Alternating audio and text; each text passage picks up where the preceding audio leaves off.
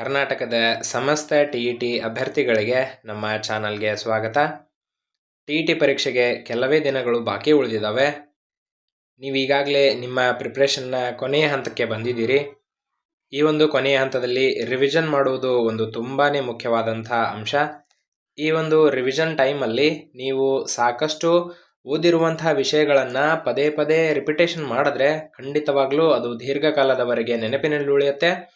ಎಕ್ಸಾಮ್ಗೆ ಬರುವಂಥ ಎಲ್ಲ ಒಂದು ಕಾನ್ಸೆಪ್ಟ್ಗಳನ್ನು ನೀವು ಓದಿ ಇಟ್ಟುಕೊಂಡ್ರೆ ಖಂಡಿತವಾಗ್ಲೂ ನಿಮಗೆ ಹೆಲ್ಪ್ ಆಗೇ ಆಗುತ್ತೆ. ಸೊ ಈ ರಿವಿಷನ್ಗೆ ನಿಮಗೆ ಹೆಲ್ಪ್ ಆಗಲಿ ಅನ್ನುವ ಕಾರಣಕ್ಕಾಗಿ ನಾವು ಟಿ ಗಣಿತಕ್ಕೆ ಸಂಬಂಧಿಸಿದಂತಹ ಮ್ಯಾರಥಾನ್ ಕ್ಲಾಸ್ಗಳನ್ನು ಮಾಡ್ತಾ ಇದ್ದೇವೆ. ಇಂದಿನ ತರಗತಿಯ ವಿಡಿಯೋದಲ್ಲಿ ನಾವು ಗಣಿತ ವಿಷಯಕ್ಕೆ ಸಂಬಂಧಿಸಿದಂತಹ 30 ಪ್ರಶ್ನೆಗಳನ್ನು ಬಿಡಿಸಲಿದ್ದೇವೆ.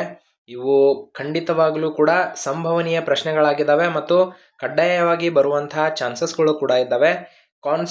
ಗಣಿತದಲ್ಲಿ ಕಾನ್ಸೆಪ್ಟ್ ಪದೇ ಪದೇ ಕೇಳಲಾಗುತ್ತೆ. ಕ್ವಶನ್ಸ್ಗಳು ಯಾವುದೇ ರೀತಿಯಾಗಿ ಸಿಮಿಲರ್ ಆಗಿರೋದಿಲ್ಲ. ಒಂದೇ ಕಾನ್ಸೆಪ್ಟ್ ಮೇಲೆ ಹಲವಾರು ಪ್ರಶ್ನೆಗಳನ್ನು ಕೇಳುವಂಥ ಸಾಧ್ಯತೆ ಇರುತ್ತೆ. ಕಾನ್ಸೆಪ್ಟನ್ನು ಅರ್ಥ ಮಾಡ್ಕೊಳ್ರಿ, ಕ್ವಶನ್ಗಳನ್ನೆಲ್ಲ ಗಣಿತ ವಿಷಯದಲ್ಲಿ. ಓಕೆನಾ? ಸೊ ಹಾಗಾದರೆ ವಿಡಿಯೋವನ್ನು ಪ್ರಾರಂಭ ಮಾಡೋಣ. ಯಾರೆಲ್ಲ ನಮ್ಮ ಚಾನಲನ್ನು ಫಸ್ಟ್ ಟೈಮ್ ವಾಚ್ ಮಾಡ್ತಾ ಇದ್ದೀರೋ ದಯವಿಟ್ಟು ಸಬ್ಸ್ಕ್ರೈಬ್ ಮಾಡ್ಕೊಳ್ಳಿ. ಗಣಿತದ ಜ್ಞಾನವನ್ನು ಮತ್ತಷ್ಟು ಹೆಚ್ಚಿಸಿ ಅಂತ ಹೇಳ್ತಾ ಮೊದಲ ಪ್ರಶ್ನೆಗೆ ನಾವು ಹೋಗೋಣ. ಪ್ರತಿಯೊಂದು ಪ್ರಶ್ನೆಗೂ ಅದರದ್ದೇ ಆದಂತಹ ತೂಕ ಇರುತ್ತೆ. ಕಾನ್ಸೆಪ್ಟ್ಗಳನ್ನು ಅರ್ಥ ಮಾಡಿಕೊಂಡ್ರೆ ಆ ತೂಕವನ್ನು ನೀವು ಇಳಿಸಬಹುದು. ಖಂಡಿತವಾಗ್ಲೂ ಈಸಿ ಮಾಡ್ಕೋಬಹುದು. ಇದು ಪೇಪರ್ 1 ಆಗಿರಲಿ, ಪೇಪರ್ 2 ಆಗಿರಲಿ, ಎರಡೂ ವಿಷಯಕ್ಕೂ ಸಂಬಂಧಿಸಿದಂತಹ ಕಡ್ಡಾಯ 30 ಪ್ರಶ್ನೆಗಳು ಅಂತ ನಾವು ಅಂದ್ಕೊಂಡಿದ್ದೀವಿ. ಖಂಡಿತವಾಗ್ಲೂ ಕೂಡ ಈ ಕಾನ್ಸೆಪ್ಟ್ ಮೇಲೆ ಪ್ರಶ್ನೆಗಳನ್ನು ಕೇಳ್ತಾರೆ. ಸೊ ಇವುಗಳನ್ನು ಮಿಸ್ ಮಾಡ್ಕೋಬಿಡ್ರಿ. ಮೊದಲ ಪ್ರಶ್ನೆಗೆ ಹೋಗೋಣ. ಸೊ ಮೊದಲ ಪ್ರಶ್ನೆ, ನಮ್ಮ ಮ್ಯಾರಥಾನ್ ಕ್ಲಾಸ್ನ ಮೊದಲ ಪ್ರಶ್ನೆ. ಇಲ್ಲಿ ಕೆಲವೊಂದಿಷ್ಟು ಸಂಖ್ಯೆಗಳನ್ನು ಕೊಟ್ಟಿದ್ದಾರೆ. 7, 6, 7, 9, 8, 8, 10, 8 ಈ ದತ್ತಾಂಶಗಳ ಮಧ್ಯಾಂಕ ಮತ್ತು ಬಹುಲಕಗಳ ನಡುವಿನ ವ್ಯತ್ಯಾಸ ಏನು ಅಂತ ಕೇಳ್ತಾ ಇದ್ದಾರೆ. ಆಪ್ಷನ್ಸ್ ಕೂಡ ಇದ್ದಾವೆ. ಸೊ ಇಲ್ಲಿ ಫಸ್ಟ್ಗೆ ನಮಗೆ ಕಾನ್ಸೆಪ್ಟ್ ಗೊತ್ತಿರಬೇಕು. ಇದು ಸರಾಸರಿ, ಅನುಪಾತ ಮತ್ತು ಸಮಾನುಪಾತ ಅನ್ನುವಂಥ ಚಾಪ್ಟರ್ಗೆ ಸಂಬಂಧಿಸಿದಂಥ ಕ್ವಶನ್ ಆಗಿರುತ್ತೆ. ಕ್ಲಿಯರ್? ಇದು ಪೇಪರ್ 1 ಆಗಿರಲಿ, ಪೇಪರ್ 2 ಆಗಿರಲಿ, ಎರಡಕ್ಕೂ ಫಿಕ್ಸ್ ಕಾನ್ಸೆಪ್ಟ್. ಓಕೆ, ಫಿಕ್ಸ್ ಸಿಲೆಬಸ್ಸಲ್ಲಿರುವಂಥ ಒಂದು ಕಾನ್ಸೆಪ್ಟ್ ಆಗಿದೆ. ಸೊ ಹಾಗಾದರೆ ಸರಾಸರಿ ಅಂದರೆ ಏನು ಅಂದರೆ ಈ ಕೊಟ್ಟಿರುವಂಥ ದತ್ತಾಂಶಗಳನ್ನು ಕೂಡಿಸಿ ಎಷ್ಟು ಸಂಖ್ಯೆಗಳಿದ್ದಾವೋ ಅವುಗಳಿಂದ ಭಾಗಿಸಿದರೆ ನಮಗೆ ಸರಾಸರಿ ಸಿಗುತ್ತೆ. ಇನ್ನು ಮಧ್ಯಾಂಕ ಅಂದರೆ ಇವಾಗ ನೋಡೋಣ. ಮಧ್ಯಾಂಕ ಅಂದರೆ ಕೊಟ್ಟಿರುವಂಥ ಈ ದತ್ತಾಂಶಗಳನ್ನು ಸೀರಿಯಲ್ ವೈಸ್ ಬರೀರಿ, ಆರ್ಡರ್ ಪ್ರಕಾರ ಬರಿತಾ ಹೋಗ್ರಿ. ಮೊದಲ ಸಂಖ್ಯೆ ಸಣ್ಣ ಸಂಖ್ಯೆ 6 ಆಗಿರುತ್ತೆ. ಅದಾದಮೇಲೆ 7, ಓಕೆ, ಇದೊಂದು 7 ಅನ್ಕೊತೀನಿ. ಅದಾದಮೇಲೆ 8, 3 ಇದ್ದಾವೆ ನೋಡ್ರಿ, 1 2 3, ಓಕೆ, 3 ಇದ್ದಾವೆ. ಅದಾದಮೇಲೆ 10 ಸೀರಿಯಲ್ ವೈಸ್ ಬರಿತೀವಿ. ಮಧ್ಯಾಂಕ ಅಂದರೆ ಇದರ ಒಂದು ಈ ದತ್ತಾಂಶಗಳಲ್ಲಿ ಮಧ್ಯದ ಸಂಖ್ಯೆಗೆ ನಾವು ಮಧ್ಯಾಂಕ ಅಂತ ಕರಿತೀವಿ. ಇದರಲ್ಲಿ ಮಧ್ಯದ ಸಂಖ್ಯೆ ನೋಡ್ರಿ, ಈ ಕಡೆ 4 ಈ ಕಡೆ 4 ತಗೊಂಡ್ರೆ ಬರಲ್ಲ. ಕ್ಲಿಯರ್? ಸೊ ಹಾಗಾದರೆ ಕೇವಲ ನಾನು 3 ತಗೊಳ್ತೀನಿ. ಈ ಕಡೆ 3 ಮತ್ತು ಇನ್ನೊಂದು ಬಿಟ್ವಾ? ಓಕೆ, ಇನ್ನೊಂದು, ಓಕೆ, 9 ಬಿಟ್ಟಿದ್ದೀವಿ, ಸಾರಿ. ಸೊ ಈ ಕಡೆ 3 ತಗೊಳ್ತೀನಿ. ಕ್ಲಿಯರ್? 3 ತಗೊಳ್ತೀನಿ. ಹಾಗಾದರೆ ಮಧ್ಯಾಂಕ ಉಳಿದಿರೋದು ನಮಗೆ 2. ಸೊ ಈಗ ಒಂದೇ ಒಂದು ಮಧ್ಯಾಂಕ ಉಳಿದಿದ್ರೆ ಅದಕ್ಕೆ ನಾವು ಮಧ್ಯಾಂಕ ಅಂದ್ಬಿಡ್ತಿದ್ವಿ. ಉದಾಹರಣೆಗೆ ಈ 8 ಬದಲಿ ಕೇವಲ 1 8 ಇದ್ದರೆ ನಾವು ಅದಕ್ಕೆ ಮಧ್ಯಾಂಕ ಅಂದ್ಬಿಡ್ತಿದ್ವಿ. ಇಲ್ಲಿ ಇನ್ನೊಂದು 8 ಎಕ್ಸ್ಟ್ರಾ ಇದೆ. ಕ್ಲಿಯರಾ? ಇನ್ನೊಂದು 8 ಎಕ್ಸ್ಟ್ರಾ ಇದೆ. ಸೊ ಹಾಗಾದರೆ ಮಧ್ಯಾಂಕವನ್ನು ಯಾವ ರೀತಿ ಕಂಡುಹಿಡಿತೀವಿ ಅಂದರೆ 2 ಸಂಖ್ಯೆಗಳು ಅಪಾನ್ 2. ಓಕೆನಾ? ಹಾಗಾದರೆ 8 8 16 ಅಪಾನ್ 2 ಇಸ್ ಈಕ್ವಲ್ ಟು 8. ಹಾಗಾದರೆ ಇದರ ಒಂದು ಮಧ್ಯಾಂಕ ಏನು? 8. ಓಕೆನಾ? ಮತ್ತೆ ಬಹುಲಕ ಅಂದಿದ್ದಾರೆ. ಬಹುಲಕ ಅಂತ ಬರಿತೀವಿ ಅಥವಾ ರೂಢಿ ಬೆಲೆ ಅಂತ ಕೂಡ ಕರಿತೀವಿ. ಎರಡೂ ಒಂದೇ, ಬಹುಲಕ, ರೂಢಿ ಬೆಲೆ. ಕ್ಲಿಯರ್? ಸರಿನಾ? ಏನು ಬಹುಲಕ ಅಂದರೆ ಯಾವ ಒಂದು ಸಂಖ್ಯೆ ದತ್ತಾಂಶಗಳಲ್ಲಿ ಹೆಚ್ಚಾಗಿ ರಿಪಿಟೇಷನ್ ಆಗಿದೆನೋ ಅದು ಬಹುಲಕ ಆಗಿರುತ್ತೆ. ಇದರಲ್ಲಿ 6 ಒಂದೇ ಇದೆ, 7 ಅನ್ನೋದು 2 ಇದ್ದಾವೆ, 8 ಅನ್ನೋದು 3 ಇದ್ದಾವೆ, 1 2 3. ಕ್ಲಿಯರ್? ಹಾಗಾದರೆ ಇದರ ಬಹುಲಕ 8. ಹೇಳಿದಾರವರು ಮಧ್ಯಾಂಕ ಮತ್ತು ಬಹುಲಕಗಳ ನಡುವಿನ ವ್ಯತ್ಯಾಸ 8 - 8 ಇಸ್ ಈಕ್ವಲ್ ಟು 0. ನಮ್ಮ option C is right answer. Clear? ಅರ್ಥ ಆಯಿತು ಅಂದ್ಕೊಂಡಿದ್ದೀನಿ. ನೆಕ್ಸ್ಟ್ ಕ್ವಶನ್ಗೆ ಹೋಗೋಣ. ಕೆಳಗಿನವುಗಳಲ್ಲಿ ಅವಿಭಾಜ್ಯ ಸಂಖ್ಯೆ ಯಾವುದು ಅಂತ ಹೇಳ್ತಾ ಇದ್ದಾರೆ. ಸೊ ಅವಿಭಾಜ್ಯ ಸಂಖ್ಯೆ ಅಂದರೆ ಗೊತ್ತಿರಬೇಕು ನಿಮಗೆ. ಫಸ್ಟ್ ಆಫ್ ಆಲ್ ಏನು ಅವಿಭಾಜ್ಯ ಸಂಖ್ಯೆ ಅಂದರೆ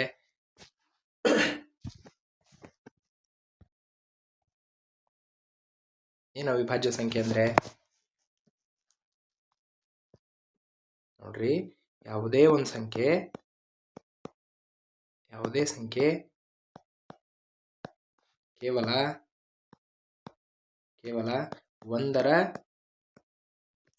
ಒಂದರ ಅಪವರ್ತನ ಹೊಂದಿರಬೇಕು.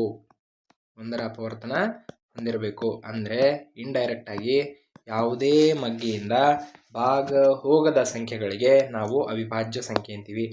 ಯಾವುದೇ ಸಂಖ್ಯೆಯಿಂದ ಭಾಗ ಹೋಗಬಾರ್ದು. ಓಕೆನಾ? ಯಾವುದೇ ಸಂಖ್ಯೆಯಿಂದ ಭಾಗ ಹೋಗಬಾರ್ದು. ಈಗ ಉದಾಹರಣೆಗೆ ನಾನು 4 ತಗೊಳ್ತೀನಿ ಅನ್ಕೊಳ್ರಿ. ಇದು ಅವಿಭಾಜ್ಯ ಸಂಖ್ಯೆನಾ? ಅಲ್ಲ, ಯಾಕಂದ್ರೆ ಇದು 2ರಿಂದ ಭಾಗ ಹೋಗುತ್ತೆ. Clear?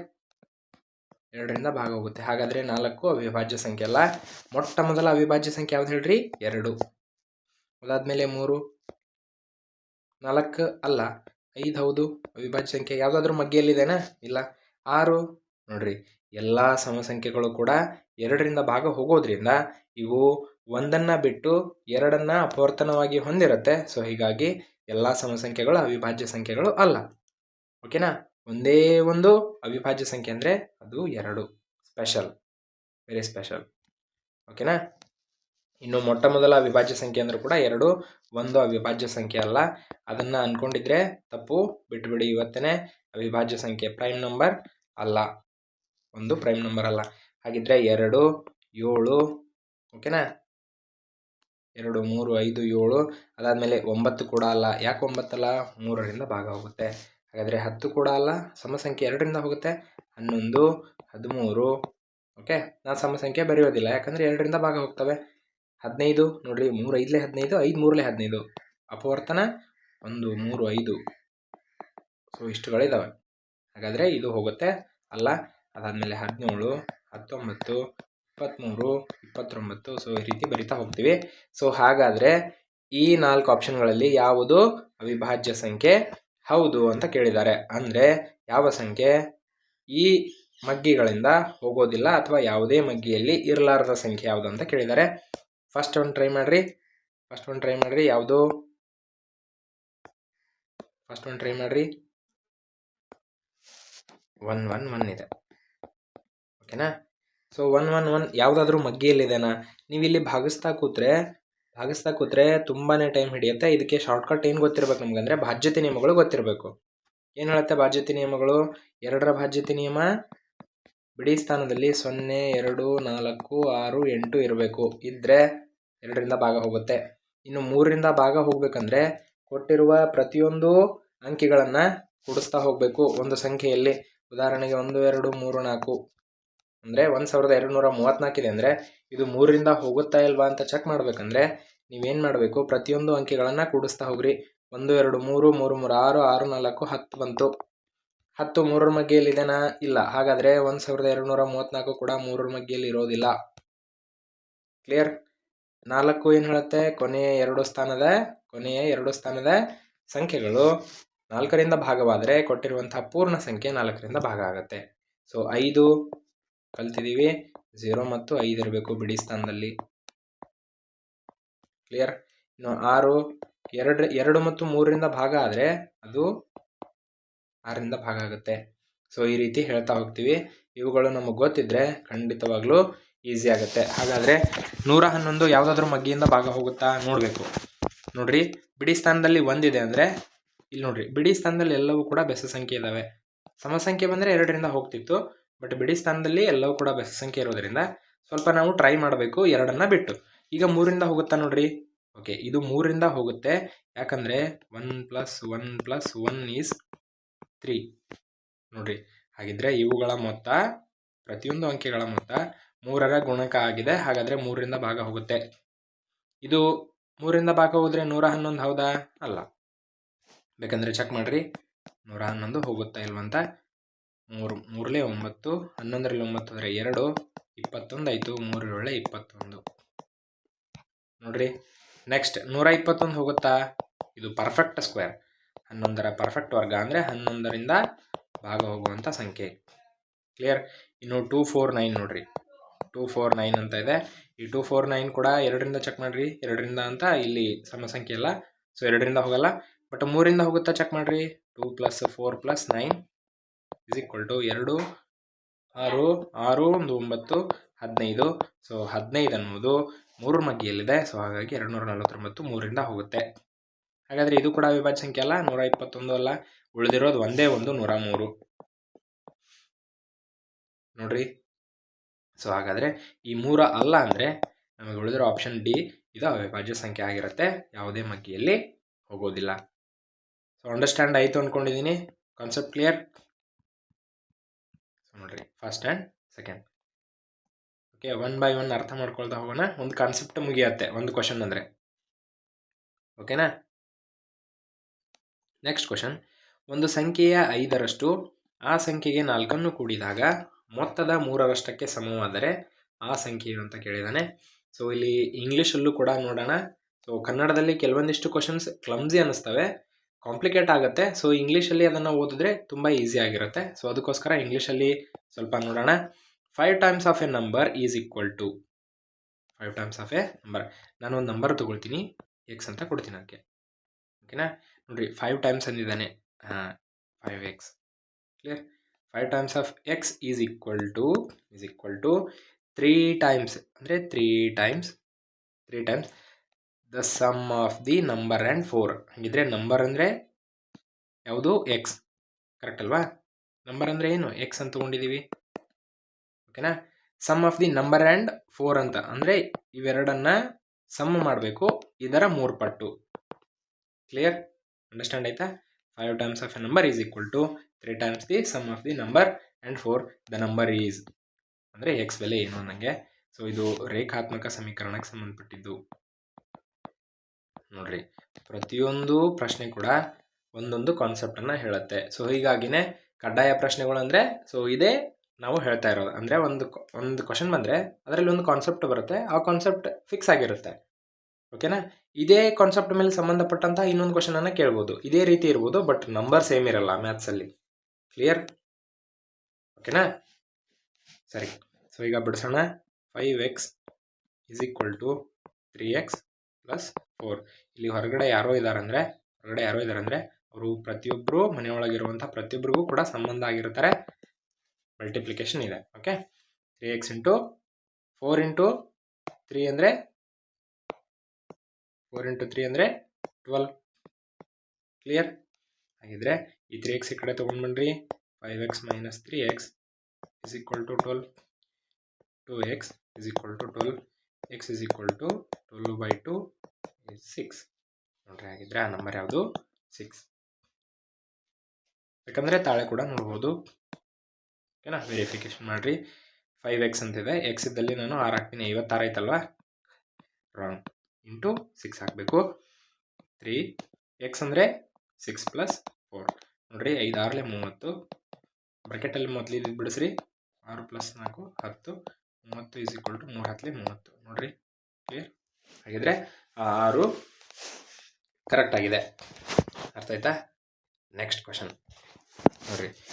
2x - 1 is equal to √(x + 2) whole square ಅಂತ ಇದೆ. ಹಾಗಾದರೆ ಎಕ್ಸ್ನ ಬೆಲೆ ಏನು? ಸೊ ಫಸ್ಟ್ಗೆ ಕ್ವಶನನ್ನು ಬರ್ಕೊಡ್ರಿ. 2x - 1 is equal to x + 2 whole square root ಇದೆ. ಕ್ಲಿಯರಾ? ಹಾಗಾದರೆ ನೋಡ್ರಿ, ಕ್ಲಿಯರ್, ಇಲ್ಲಿ ಈಸಿ ಇದೆ. ಈ ಸ್ಕ್ವೇರ್ ಮತ್ತು ರೂಟ್ ಹೋದರೆ 2x - 1 x + 2 ಅಷ್ಟೇ ಉಳಿಯುತ್ತೆ. ಓಕೆನಾ? ಕ್ಲಿಯರ್ ಅಲ್ವಾ? ಈ ಎಕ್ಸನ್ನು ಈ ಕಡೆ ತೊಗೊಂಡ್ಬನ್ರಿ. 2x - x ಆಗುತ್ತೆ. ಈ -1 ಈ ಕಡೆ ತೊಗೊಂಡ್ಬಂದರೆ 2 + 1 ಆಗುತ್ತೆ. ಹಾಗಿದ್ರೆ 2x ಒಂದು x ಕಳೆದ್ರೆ ಒಂದೇ x. x + 2 + 1 is 3. x is 3. ಮತ್ತೊಂದು ರೇಖಾತ್ಮಕ ಸಮೀಕರಣಗಳಿಗೆ ಸಂಬಂಧಿಸಿದಂಥ ಉದಾಹರಣೆ. ಓಕೆನಾ? ಕ್ವಶನ್ಸ್ ಇವು ಟಿಯಲ್ಲಿ ಕೇಳಿರುವಂಥ ಕ್ವಶನ್ಸೇ, ಬಟ್ ಕಾನ್ಸೆಪ್ಟ್ ವೈಸ್ ಮಾಡ್ತಾ ಇದ್ದೀವಿ ಅಷ್ಟೇ. ನೆಕ್ಸ್ಟ್, ಸಂಖ್ಯಾ ಪದ್ಧತಿಗೆ ಸಂಬಂಧಿಸಿದಂಥ ಕ್ವಶನ್ ಇದು. ಸರಳೀಕರಣ ಅನ್ನುವಂಥ ಟಾಪಿಕ್ಗೆ ಸಂಬಂಧಪಟ್ಟಿದ್ದು. ಓಕೆನಾ? ಬಿಡಿಸ್ತಾ ಹೋಗೋಣ. ಇದ್ರ ಬೆಲೆ ಏನು ಅಂತ ಕೇಳಿದ್ದಾರೆ. 4 2 minus lower bracket 3 minus 1 minus 4.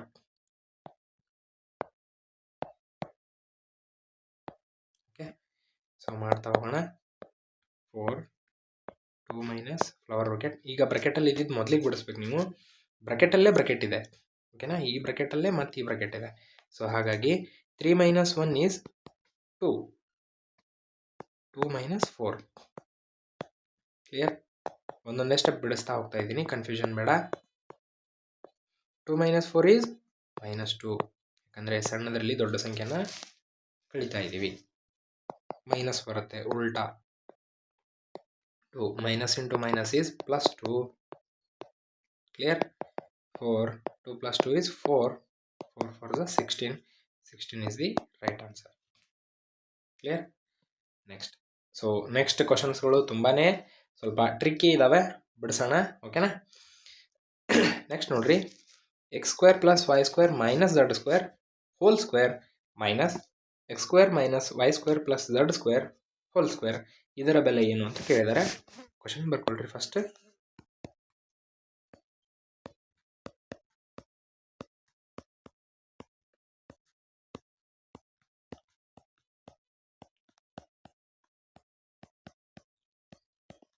Okay, ಇದ್ರ ಮೇಲೆ ಹೋಲ್ ಸ್ಕ್ವೇರ್ ಇದೆ.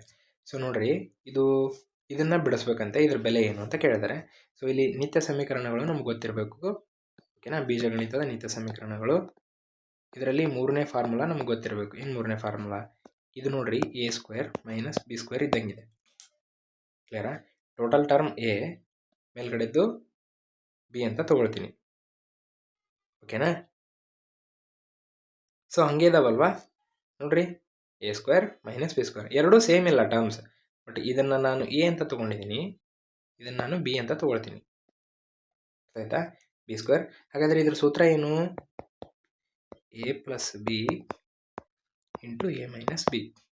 ಹಾಗಿದ್ರೆ a ವ್ಯಾಲ್ಯೂ ಏನಿಲ್ಲಿ? a ವ್ಯಾಲ್ಯೂ ಏನು? x² + y² ಮೈನಸ್ z², ಇದು a ಆಯಿತು. ಪ್ಲಸ್ b ಅಂದರೆ ಏನು? ಈ ಕಡೆ ಟರ್ಮ್, x² - y² + z². ಇಲ್ಲಿ ಪ್ಲಸ್ ಇರೋದ್ರಿಂದ ನಾನು ಬ್ರಕೆಟನ್ನು ಹಾಕ್ತಾ ಇಲ್ಲ, ಮುಗಿಸ್ತೀನಿ. ಈ ಬ್ರಕೆಟನ್ನು ಇಲ್ಲಿ ಸ್ಟಾರ್ಟ್ ಮಾಡ್ತೀನಿ ಇವಾಗ. a ಅಂದರೆ ಏನು? x² + y² - z² ಮೈನಸ್, ನೋಡ್ರಿ ಇವಾಗ ಮೈನಸ್ ಬಂತು ಇಲ್ಲಿದು. ಈಗ ನಾನು ಬ್ರಕೆಟನ್ನು ಬಳಸ್ತೀನಿ. b ಅಂದರೆ ಏನು? x² - y² + z². Clear? Understand ಆಯ್ತಾ? ಇವಾಗ ನೆಕ್ಸ್ಟ್ ನೋಡ್ರಿ, ಇಲ್ಲಿ ಉಳಿದಿರೋದು 2x² ಆಯಿತು. x² + x² 2x² ಆಯಿತು. ಈ ಕಡೆ ಬ್ರಕೆಟಲ್ಲಿ ಇರೋದು ಬರೀತೀನಿ, x². ಮೊದಲಿಗೆ ಮಲ್ಟಿಪ್ಲೈ ಮಾಡೋಣ ಮೈನಸ್ದಿಂದ. ಒಂದೇ ಟರ್ಮನ್ನು ಹಾಗೆ ಇಟ್ಕೊಂಡಿದ್ದೀನಿ. ಈಗ ಮೈನಸ್ ಇಂಟು x² ಅಂದರೆ -x², minus into minus plus y², minus into plus minus z². Understand? So ನೋಡ್ರಿ, ಏನಾದರೂ ಟರ್ಮ್ಸ್ ಕ್ಯಾನ್ಸಲ್ ಆಗ್ತಾ ಇದ್ದರೆ ಕ್ಯಾನ್ಸಲ್ ಮಾಡೋಣ. x² ಕ್ಯಾನ್ಸಲ್ ಆಯಿತು, ಮೈನಸ್ ಪ್ಲಸ್ ಇದ್ದಾವೆ. ಬಟ್ ಇಲ್ಲಿ y + y ಅಂದರೆ 2y² ಆಯಿತು, ಮೈನಸ್ 2z² ಆಯಿತು, ಇರಲ್ವಾ? ಹಾಗಾದರೆ ಮಲ್ಟಿಪ್ಲೈ ಮಾಡಿರಿ ಇವಾಗ. 2 × 2 4x² y² minus 2 × 2 4x² z². ಆಪ್ಷನಲ್ಲಿ ಇದೇನೆ? ಎಸ್, ಫಸ್ಟ್ ಆಪ್ಷನಲ್ಲಿ ಇದೆ. Clear? First option is correct. ಅರ್ಥ ಆಯ್ತಾ? ಸರಿ. ಸೊ ಇವಾಗ ನೆಕ್ಸ್ಟ್ ಕ್ವಶನ್, ಎರಡು ಚೌಕಘನಗಳ ಘನಫಲದ ಅನುಪಾತ. ಚೌಕಘನ ಅಂದರೆ ಕ್ಯೂಬ್, ಡೋಂಟ್ ವರಿ. ಚೌಕಘನಗಳ ಘನಫಲದ ಅನುಪಾತ. ಘನಫಲ ಅಂದರೆ ವ್ಯಾಲ್ಯೂಮ್. ಅನುಪಾತವು 1/27 ಅಥವಾ 1:27, 1:27 ಇದ್ದರೆ ಅವುಗಳ ಮೇಲ್ಮೈ ವಿಸ್ತೀರ್ಣಗಳ ಅನುಪಾತ ಅಂತ ಕೇಳಿದ್ದಾರೆ. ಅವುಗಳ ಮೇಲ್ಮೈ ವಿಸ್ತೀರ್ಣಗಳ ಅನುಪಾತ. ಮೇಲ್ಮೈ ವಿಸ್ತೀರ್ಣಗಳ ಅನುಪಾತ ಸೂತ್ರ ಏನು? ಮೇಲ್ಮೈ ವಿಸ್ತೀರ್ಣ ಸೂತ್ರ ಏನು? 6a². ಹಾಗಾದರೆ ಎರಡು ಇದ್ದಾವೆ, ಇಲ್ಲೊಂದಿದೆ, ಹಿಂಗೆ ಕಂಡುಹಿಡಿಬೇಕು ನಾವು ಎಷ್ಟು ಅನ್ನಂಗೆ, ಓಕೆನಾ? ಹಾಗಾದರೆ ನಮಗೆ ಎ ಬೇಕು. ಎ ಸಿಕ್ಕರೆ ಫಸ್ಟ್ ಒನ್ ಎ ಮತ್ತು ಸೆಕೆಂಡ್ ಒನ್ ಎ ಸಿಕ್ಕರೆ ನಾವು ಈಸಿಯಾಗಿ ಬಿಡಿಸ್ಬೋದು. ಎ ಅಂದರೆ ಏನು? ಸೈಡ್ಸ್ ಇದ್ದಂಗೆ. ಕ್ಲಿಯರಾ? ಹಾಗಾದರೆ ಸೈಡ್ ಕಂಡುಹಿಡಿಯೋಕ್ಕೆ ಇವರು ಮೊದಲಿಗೆ ಒಂದು ನಮಗೆ ಹಿಂಟನ್ನು ಕೊಟ್ಟಿದ್ದಾರೆ. ಏನು ಹಿಂಟ್ ಅಂದರೆ, ಎರಡು ಚೌಕಘನಗಳ ಘನಫಲದ ಅನುಪಾತ. ಈಗ ಎರಡು ಚೌಕಘನಗಳಿದಾವೆ ಅಂದರೆ ಘನಫಲ ಅಂದರೆ ವ್ಯಾಲ್ಯೂಮ್. ಓಕೆನಾ. ಮೊದಲನೇದ್ದು ಮತ್ತು ಎರಡನೇದ್ದು ಅನುಪಾತ ಎಷ್ಟಿದೆ ಅಂದರೆ 1/27 ಇದೆ. ಸರ, ಹಾಗಿದ್ರೆ ವ್ಯಾಲ್ಯೂಮ್ ಫಾರ್ಮುಲಾ ಏನು? ಎ ಕ್ಯೂ ಬಂದಂಗೆ ಇದು ಮೊದಲನೇದಾಯಿತು, ಇನ್ನು ಎರಡನೇದ್ದು ಎ ಕ್ಯೂ 1/27 ಅಂದಂಗೆ. ಇದನ್ನು ಬಿಡಿಸಿದ್ರೆ A1/A2 is equal to root of 127, ಅದು ಕೂಡ ಕ್ಯೂಬ್ ರೂಟ್. ಕ್ಲಿಯರಾ? ಸೊ ಹಾಗಾದರೆ A1/A2 cube root of 1 is 1, cube root of 27 is 3. ಹಾಗಿದ್ರೆ 1/3 ಬಂತು. ಇದರಲ್ಲಿ ಪುಟ್ ಮಾಡೋಣ ಇವಾಗ. ನೋಡ್ರಿ 6 ಕ್ಯಾನ್ಸಲ್ ಆಯಿತು. A²/A2². A1 ಅಂದರೆ A1² A2². A1 ಅಂದರೆ 1² 3². ಹಾಗಾದರೆ 1/9. ನೋಡ್ರಿ 1/9 ಆಪ್ಷನ್ ಇದೆ ರೈಟ್ ಆನ್ಸರ್. ಕ್ಲಿಯರಾ? ಸರ್ಫೇಸ್ ಏರಿಯಾಸ್ ಆ್ಯಂಡ್ ವ್ಯಾಲ್ಯೂಮ್ಗೆ ಸಂಬಂಧಪಟ್ಟಂತಹ ಕ್ವಶನ್.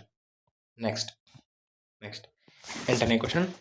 ಒಬ್ಬನ ಬಳಿ ಯಾರೋ ಒಬ್ರು ಇದ್ದಾರೆ, ಅವ್ರ ಬಳಿ Rs1, Rs2, Rs5 ನೋಟುಗಳನ್ನು ಒಳಗೊಂಡಂತೆ Rs144 ಇದೆ. ಅವನ ಬಳಿ ಇರುವ ಪ್ರತಿ ಬಗೆಯ ನೋಟುಗಳ ಸಂಖ್ಯೆ ಸಮವಾಗಿದ್ದರೆ ಅವನ ಬಳಿ ಇರುವ ಒಟ್ಟು ನೋಟುಗಳ ಸಂಖ್ಯೆ ಎಷ್ಟು ಅಂತ ಕೇಳಿದ್ದಾರೆ. ಅಂದರೆ Rs1, Rs2, Rs5 ನೋಟುಗಳಿದಾವಂತ. ಈ ನೋಟುಗಳ ಬೆಲೆ ಎಷ್ಟು ಅಂದರೆ 144. ಎಷ್ಟಿದೆ? 144 ಇದೆ. ಕ್ಲಿಯರಾ? ಆ ಮೂರನ್ನೂ ಸೇರಿಸಿದ್ರೆ 144 ರೂಪಾಯಿ ಆಗುತ್ತೆ. ಇಲ್ಲಿ ಒಂದು ಕಂಡೀಷನ್ ಏನಂದರೆ ಆ ಇಷ್ಟು ನೋಟುಗಳ ಸಂಖ್ಯೆ ಕೂಡ ಸಮ ಆಗಿದೆ. ಅಂದರೆ ರೂಪಾಯಿದು ಎಷ್ಟು ನೋಟುಗಳಿದಾನೋ 2 ರೂಪಾಯಿದು ಅಷ್ಟೇ ಇದೆ, 5 ರೂಪಾಯಿದು ಅಷ್ಟೇ ಇದೆ. ಹಾಗಿದ್ರೆ ಅದರ ನೋಟುಗಳ ಸಂಖ್ಯೆ ಎಷ್ಟು ಅಂತ ಕೇಳಿದ್ದಾರೆ. ಟೋಟಲ್. ಇವಾಗ ನಾನು ಏನು ಮಾಡ್ತೀನಿ ಅಂದರೆ ನೋಟುಗಳ ಸಂಖ್ಯೆಯನ್ನು ಎಕ್ಸ್ ಅಂತ ತೊಗೊಂಡ್ಬಿಡ್ತೀನಿ. ಹಾಗಿದ್ರೆ ಇದು ಎಷ್ಟಾಯಿತು? 1x ಆಯಿತು, 2x ಆಯಿತು. ಸಮ ಇದಾವಲ್ವಾ, ಅದಕ್ಕೆ ಎಕ್ಸಿಂದ ಗುಣಾಕಾರ ಮಾಡ್ತಿದ್ದೀನಿ. ಕ್ಲಿಯರ್? ಹಾಗಿದ್ರೆ ಎಷ್ಟಾಯ್ತು ಇವಾಗ? ನೋಡ್ರಿ 3, 5, 8x ಆಯಿತು. ಕ್ಲಿಯರಾ? ಹಾಗಿದ್ರೆ ಈ 8xಗಳ ಬೆಲೆ ಎಷ್ಟು ಹೇಳ್ರಿ? 144. ಕ್ಲಿಯರ್? ಇವಾಗ x is equal to 144/8. 8 1 8. ಎಷ್ಟು ಉಳಿತು? 6 ಉಳಿತು. 64 ಆಯಿತು. 8 8 64. ಹಾಗಿದ್ರೆ x ಬೆಲೆ ಎಷ್ಟು ಬಂತು? 8. ಹಾಗಿದ್ರೆ ನೋಟುಗಳ ಸಂಖ್ಯೆ ಎಷ್ಟು ಹೇಳ್ರಿ? 18. 8 ಬರಲ್ಲ, 18 ಬರುತ್ತೆ. ಸೊ ನೋಟುಗಳ ಸಂಖ್ಯೆ ಎಷ್ಟು? 18. ಸಮ ಸಂಖ್ಯೆ ಇಷ್ಟು ಕೂಡ 18 ಇದಾವೆ ಅಂದಂಗೆ. ಹಾಗಿದ್ರೆ ಅವನ ಬಳಿ ಇರುವ ಒಟ್ಟು ನೋಟುಗಳ ಸಂಖ್ಯೆ 18 ಇರ್ತಾವ? ಇಲ್ಲ, ಇದ್ರದ್ದು 18. ಓಕೆನಾ? ಇದ್ರದ್ದು 18. ಓಕೆನಾ? ಮತ್ತೆ ಇದ್ರದ್ದು 18. ಹಾಗಿದ್ರೆ ಟೋಟಲ್ ನೋಡ್ರಿ 18 54. ಸೊ ಟೋಟಲ್ ಆಗಿ ಎಷ್ಟು ನೋಟುಗಳಿದಾವೆ? 54 ನೋಟುಗಳಿದಾವೆ. ಯಾಕಂದ್ರೆ ಬೆಲೆ ಮಾಡಿ ನೋಡ್ರಿ. 8 1 8, ಸಾರಿ 18 1 18 ಅಲ್ವಾ? ಸಾರಿ 18 ಅಲ್ಲ, 18 1 18, 18 7 36, 18 5 90 ಅಲ್ವಾ? ಕ್ಲಿಯರ್? 3ನ್ನ ಕೂಡಿಸ್ರಿ. 8 6 14, 9 1 10, 10 13 14. ನೋಡ್ರಿ 144 ರೂಪಾಯಿ ಆಯ್ತಲ್ವಾ? ಈ ರೀತಿಯಾಗಿ ಕಂಡು ಹಿಡಿತೀವಿ. ಅರ್ಥ ಆಯ್ತಾ? ಸಮ ಇದಾವಂದರೆ ಎಕ್ಸ್ ಅಂತ ತೊಗೊಂಡ್ಬಿಡ್ತೀವಿ, ಮಲ್ಟಿಪ್ಲೈ ಮಾಡ್ತಾ ಹೋಗ್ತೀವಿ. ಕ್ಲಿಯರ್? ಸರಿ, ನೆಕ್ಸ್ಟ್ 9ನೇ ಕ್ವಶನ್ ನೋಡೋಣ. ಒಂದು ವೃತ್ತದ ತ್ರಿಜ್ಯವನ್ನು 100% ಹೆಚ್ಚಿಸಿದಾಗ ಅದರ ಕ್ಷೇತ್ರಫಲದಲ್ಲಿ ಆದ ಶೇಕಡಾ ಹೆಚ್ಚಳ ಅಂತ ಹೇಳಿದ್ದಾರೆ. ಕ್ಷೇತ್ರಫಲ ಅಂದರೆ ವಿಸ್ತೀರ್ಣ, ಏರಿಯಾ. ಓಕೆನಾ? ತ್ರಿಜ್ಯ ಹೆಚ್ಚು ಮಾಡ್ತಾರಂತೆ. ಯಾವುದೋ ಒಂದು ವೃತ್ತ ಇದೆ. ಈ ವೃತ್ತದಲ್ಲಿರುವಂತಹ ತ್ರಿಜ್ಯವನ್ನು ಹೆಚ್ಚು ಮಾಡ್ತಾ ಇದ್ದಾರೆ. ಎಷ್ಟು ಹೆಚ್ಚು ಮಾಡ್ತಾ ಇದ್ದಾರೆ? 100% ಹೆಚ್ಚು ಮಾಡ್ತಾ ಇದ್ದಾರೆ. 100% ಹೆಚ್ಚು ಮಾಡ್ತಾ ಇದ್ದಾರೆ ಅಂದರೆ ಇದಕ್ಕೆ ಇನ್ನೊಂದು ತ್ರಿಜ್ಯವನ್ನು ಆ್ಯಡ್ ಮಾಡ್ತಾ ಇದ್ದಾರೆ ಅನ್ನಂಗೆ. ಕ್ಲಿಯರ್ ಅಲ್ವಾ? ಅವಾಗ ತ್ರಿಜ್ಯ ದೊಡ್ಡದಾಗುತ್ತೆ. ಹಾಗಿದ್ರೆ ಇಲ್ಲಿ ಆರ್ ಆಗಿದ್ರೆ ಹೆಚ್ಚು ಮಾಡಿದಾಗ ಇನ್ನೊಂದು ತ್ರಿಜ್ಯ ಸೇರಿಸಿದ್ರೆ ಎಷ್ಟಾಗುತ್ತೆ? ವ್ಯಾಲ್ಯೂ 2r ಆಗುತ್ತೆ. ಹಾಗಿದ್ರೆ ಇದ್ರ ಸೂತ್ರ ಏನು? πr² ವಿಸ್ತೀರ್ಣ. ಇದ್ರ ಸೂತ್ರ ಏನು? ಇಲ್ಲೂ ಕೂಡ πr² ಅಂತ ಮಾಡ್ತೀವಿ. ಆದರೆ ತ್ರಿಜ್ಯದ ವ್ಯಾಲ್ಯೂ ಏನು? ರೇಡಿಯಸ್ ವ್ಯಾಲ್ಯೂ ಏನು? r ಹಾಕಬಾರ್ದು, 2r ಅಂತ ಹಾಕಬೇಕು. ಯಾಕಂದರೆ ಹೆಚ್ಚು ಮಾಡಿದ್ದೀವಿ. 100 ಟೈಮ್ಸ್ ಆಫ್ r ಅಂದರೆ ಇನ್ನೊಂದು r ಇದೆ ಅಂತಂದಂಗೆ. ಹಾಗಿದ್ರೆ ಮಾಡ್ರಿ, π e2² 4 × r² ಇದ್ರೆ 4πr². ಹಾಗಿದ್ರೆ ಇದು ವಿಸ್ತೀರ್ಣ ಆದರೆ 4 ಪಟ್ಟು ಹೆಚ್ಚಾಗುತ್ತೆ. 4 ಪಟ್ಟು ಹೆಚ್ಚಾಯ್ತು ಅಂದರೆ ಅದನ್ನು ಶೇಕಡಾದಲ್ಲಿ ಹೇಳಬೇಕಂದ್ರೆ 400 ಪಟ್ಟು ಆಗುತ್ತೆ. ಕ್ಲಿಯರ್? ಅರ್ಥ ಆಯ್ತಾ? 100% ಟಚ್ ಮಾಡಿದಾರೆ ಅಂದರೆ ತ್ರಿಜ್ಯ 2 ಪಟ್ಟಾಗಿದೆ ಅನ್ನಂಗೆ. ಓಕೆನಾ. Next question. ಈಗ ದಿಕ್ಕಿಗೆ ಸಂಬಂಧಿಸಿದಂತಹ ಕ್ವಶನ್. ಒಬ್ಬ ವ್ಯಕ್ತಿಯು ಉತ್ತರ ದಿಕ್ಕಿನೆಡೆಗೆ 3 ಕಿಲೋಮೀಟರ್ ನಡೀತಾನೆ. 90 ಡಿಗ್ರಿಯಷ್ಟು ಎಡಕ್ಕೆ ತಿರುಗಿ ಪುನಃ 4 ಕಿಲೋಮೀಟರ್ ನಡೀತಾನೆ. ಆರಂಭದ ಬಿಂದುವಿನಿಂದ ಅವನು ಎಷ್ಟು ದೂರ ಮತ್ತು ಯಾವ ದಿಕ್ಕಿನಲ್ಲಿ ಇದ್ದಾನೆ ಅಂತ ಕ್ವಶನ್ ಕೇಳಿದ್ದಾರೆ. ಸೊ ಸಿಂಪಲ್ ಆಗಿದೆ, ಬಿಡಿಸ್ತಾ ಹೋಗೋಣ. ಒಬ್ಬ ವ್ಯಕ್ತಿ ಇದ್ದಾರೆ ಅಂದರೆ ನಾನು ಇಲ್ಲಿ ತೊಗೊಳ್ತೀನಿ, ಹಿಂಗೆ ಇಲ್ಲೊಬ್ಬರು ವ್ಯಕ್ತಿ ಇದ್ದಾರೆ ಅಂತ ತೊಗೊಳ್ತೀನಿ. ಈ ಪಾಯಿಂಟಲ್ಲಿ ಉತ್ತರ ದಿಕ್ಕಿನೆಡೆಗೆ ಅಂತ ಹೇಳಿದರೆ ನಮಗೆ ಕಾನ್ಸೆಪ್ಟ್ ಗೊತ್ತಿರಬೇಕು. ಈ ರೀತಿ ಹಾಕ್ತೀವಿ ಅಂದ್ಕೊಳ್ರಿ, ಈ ರೀತಿ ಹಾಕ್ತೀವಿ ಅಂದ್ಕೊಳ್ರಿ. ಇಲ್ಲೊಂದು ನಿಮಗೆ ಸುಮ್ಮನೆ ಕ್ಲಿಯರ್ ಆಗಿ ಹೇಳ್ಕೊಡ್ತೀನಿ ನೋಡ್ರಿ.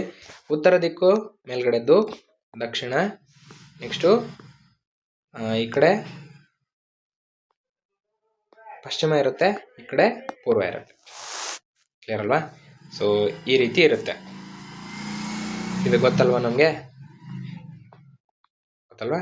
ಈಗ ಅವ್ರು ಏನು ಹೇಳಿದಾರೆ ಅಂದರೆ, ಒಬ್ಬ ವ್ಯಕ್ತಿ ಉತ್ತರ ದಿಕ್ಕಿನಡೆ ಹೋಗಿದ್ದಾನಂದ್ರೆ ಮೇಲ್ಗಡೆ ಹೋಗಿದ್ದಾನೆ. ಎಷ್ಟು ಹೋಗಿದ್ದಾನೆ? 3 ಕಿಲೋಮೀಟರ್ ಹೋಗಿದ್ದಾನೆ. ಕ್ಲಿಯರ್ ಅಲ್ವಾ? ಅರ್ಥ ಆಯ್ತಾ? ಸರಿ. ಈಗ 3 ಕಿಲೋಮೀಟರ್ ಹೋಗಿ ಈ ಕಡೆ ಮುಖ ಮಾಡಿ ಹೊಂಟಿರ್ತಾನಂದ್ರೆ ನಂತರ 90 ಡಿಗ್ರಿಯಷ್ಟು ಎಡಕ್ಕೆ ತಿರುಗಿ, ಅಂದರೆ 90 ಡಿಗ್ರಿ ಇದೆ, 90 ಡಿಗ್ರಿಯಿಂದ ಏನು ಮಾಡ್ತಾನೆ ಅವನು? ಎಡಕ್ಕೆ ತಿರುಗ್ತಾನೆ, ಅಂದರೆ ಈ ಕಡೆ ತಿರುಗ್ತಾನೆ. ಕ್ಲಿಯರಾ? ಇದು 90 ಡಿಗ್ರಿ ಇದೆ ಅಂದಂಗೆ. ಎಷ್ಟು ಹೋಗ್ತಾನೆ? 4 ಕಿಲೋಮೀಟರ್ ನಡೀತಾನೆ. ಹಾಗಾದರೆ ಇವ ಆರಂಭದ ಬಿಂದುವಿನಿಂದ ಈ ಬಿಂದು ಎಷ್ಟು ದೂರ ಇದ್ದಾನೆ ಅಂದಂಗೆ. ಅರ್ಥ ಆಯ್ತಾ? ಸೊ ಈಗ ನೋಡ್ರಿ, ಇದೊಂದು ನಮಗೆ ಹೆಂಗೆ ಕಾಣಿಸ್ತಾ ಇದೆ? ಲಂಬಕೋನ ತ್ರಿಭುಜ ಕಂಡಂಗೆ ಕಾಣಿಸ್ತಾ ಇದೆ. ಲಂಬಕೋನ ತ್ರಿಭುಜ ಬಂದರೆ ಪೈಥಾಗೋರಸ್ ಪ್ರಮೇಯ ಬಂದಂಗೆ. ಪೈಥಾಗೋರಸ್ ಪ್ರಮೇಯ ಏನು ಹೇಳುತ್ತೆ? ವಿಕರ್ಣದ ಮೇಲಿನ ವರ್ಗವು ಉಳಿದೆರಡು ಬಾಹುಗಳ ವರ್ಗಗಳ ಮೊತ್ತಕ್ಕೆ ಸಮ ಅಂತ ಹೇಳುತ್ತೆ. ಅಂದರೆ ಇವೆರಡು ಬಾಹುಗಳು ಏನಿದಾವೆ, ಇವೆರಡರ ವರ್ಗವನ್ನು ಸೇರಿಸಿದ್ರೆ ನಾವು ಇದಕ್ಕೆ ಸಮ ಆಗಿರುತ್ತೆ.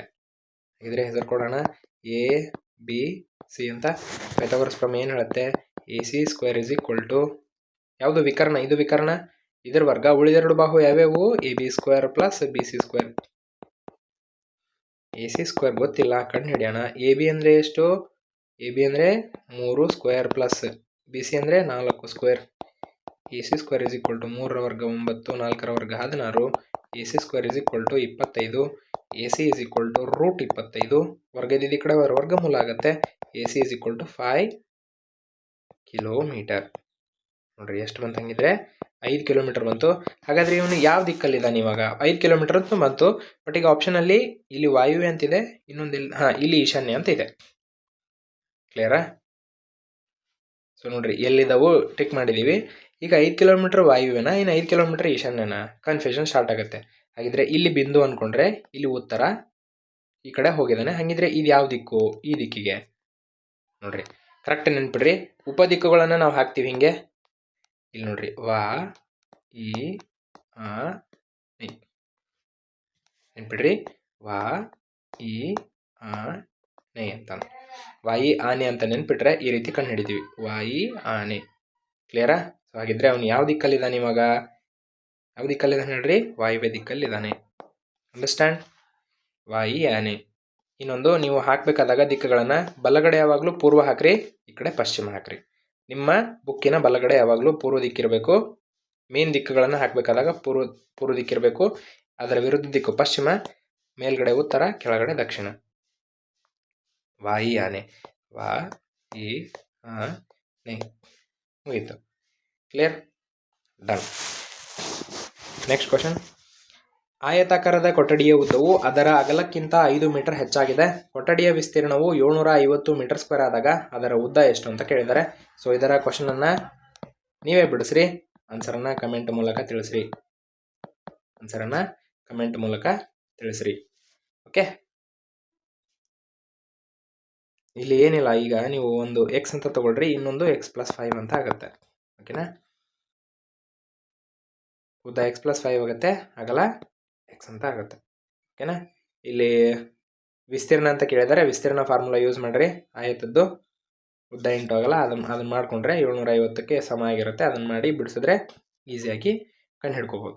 ನೆಕ್ಸ್ಟ್, ಪಂಚಭುಜಾಕೃತಿಯ ಒಂದು ಕೋನವು 140 ಡಿಗ್ರಿ ಆದರೆ ಉಳಿದ ಕೋನಗಳು 1:2:3:4 ಅನುಪಾತದಲ್ಲಿದ್ದಾಗ ಇದರ ದೊಡ್ಡ ಕೋನ ಅಂತ ಕೇಳಿದಾನೆ. ಓಕೆನಾ? ಒಂದು ಪಂಚಭುಜಾಕೃತಿ.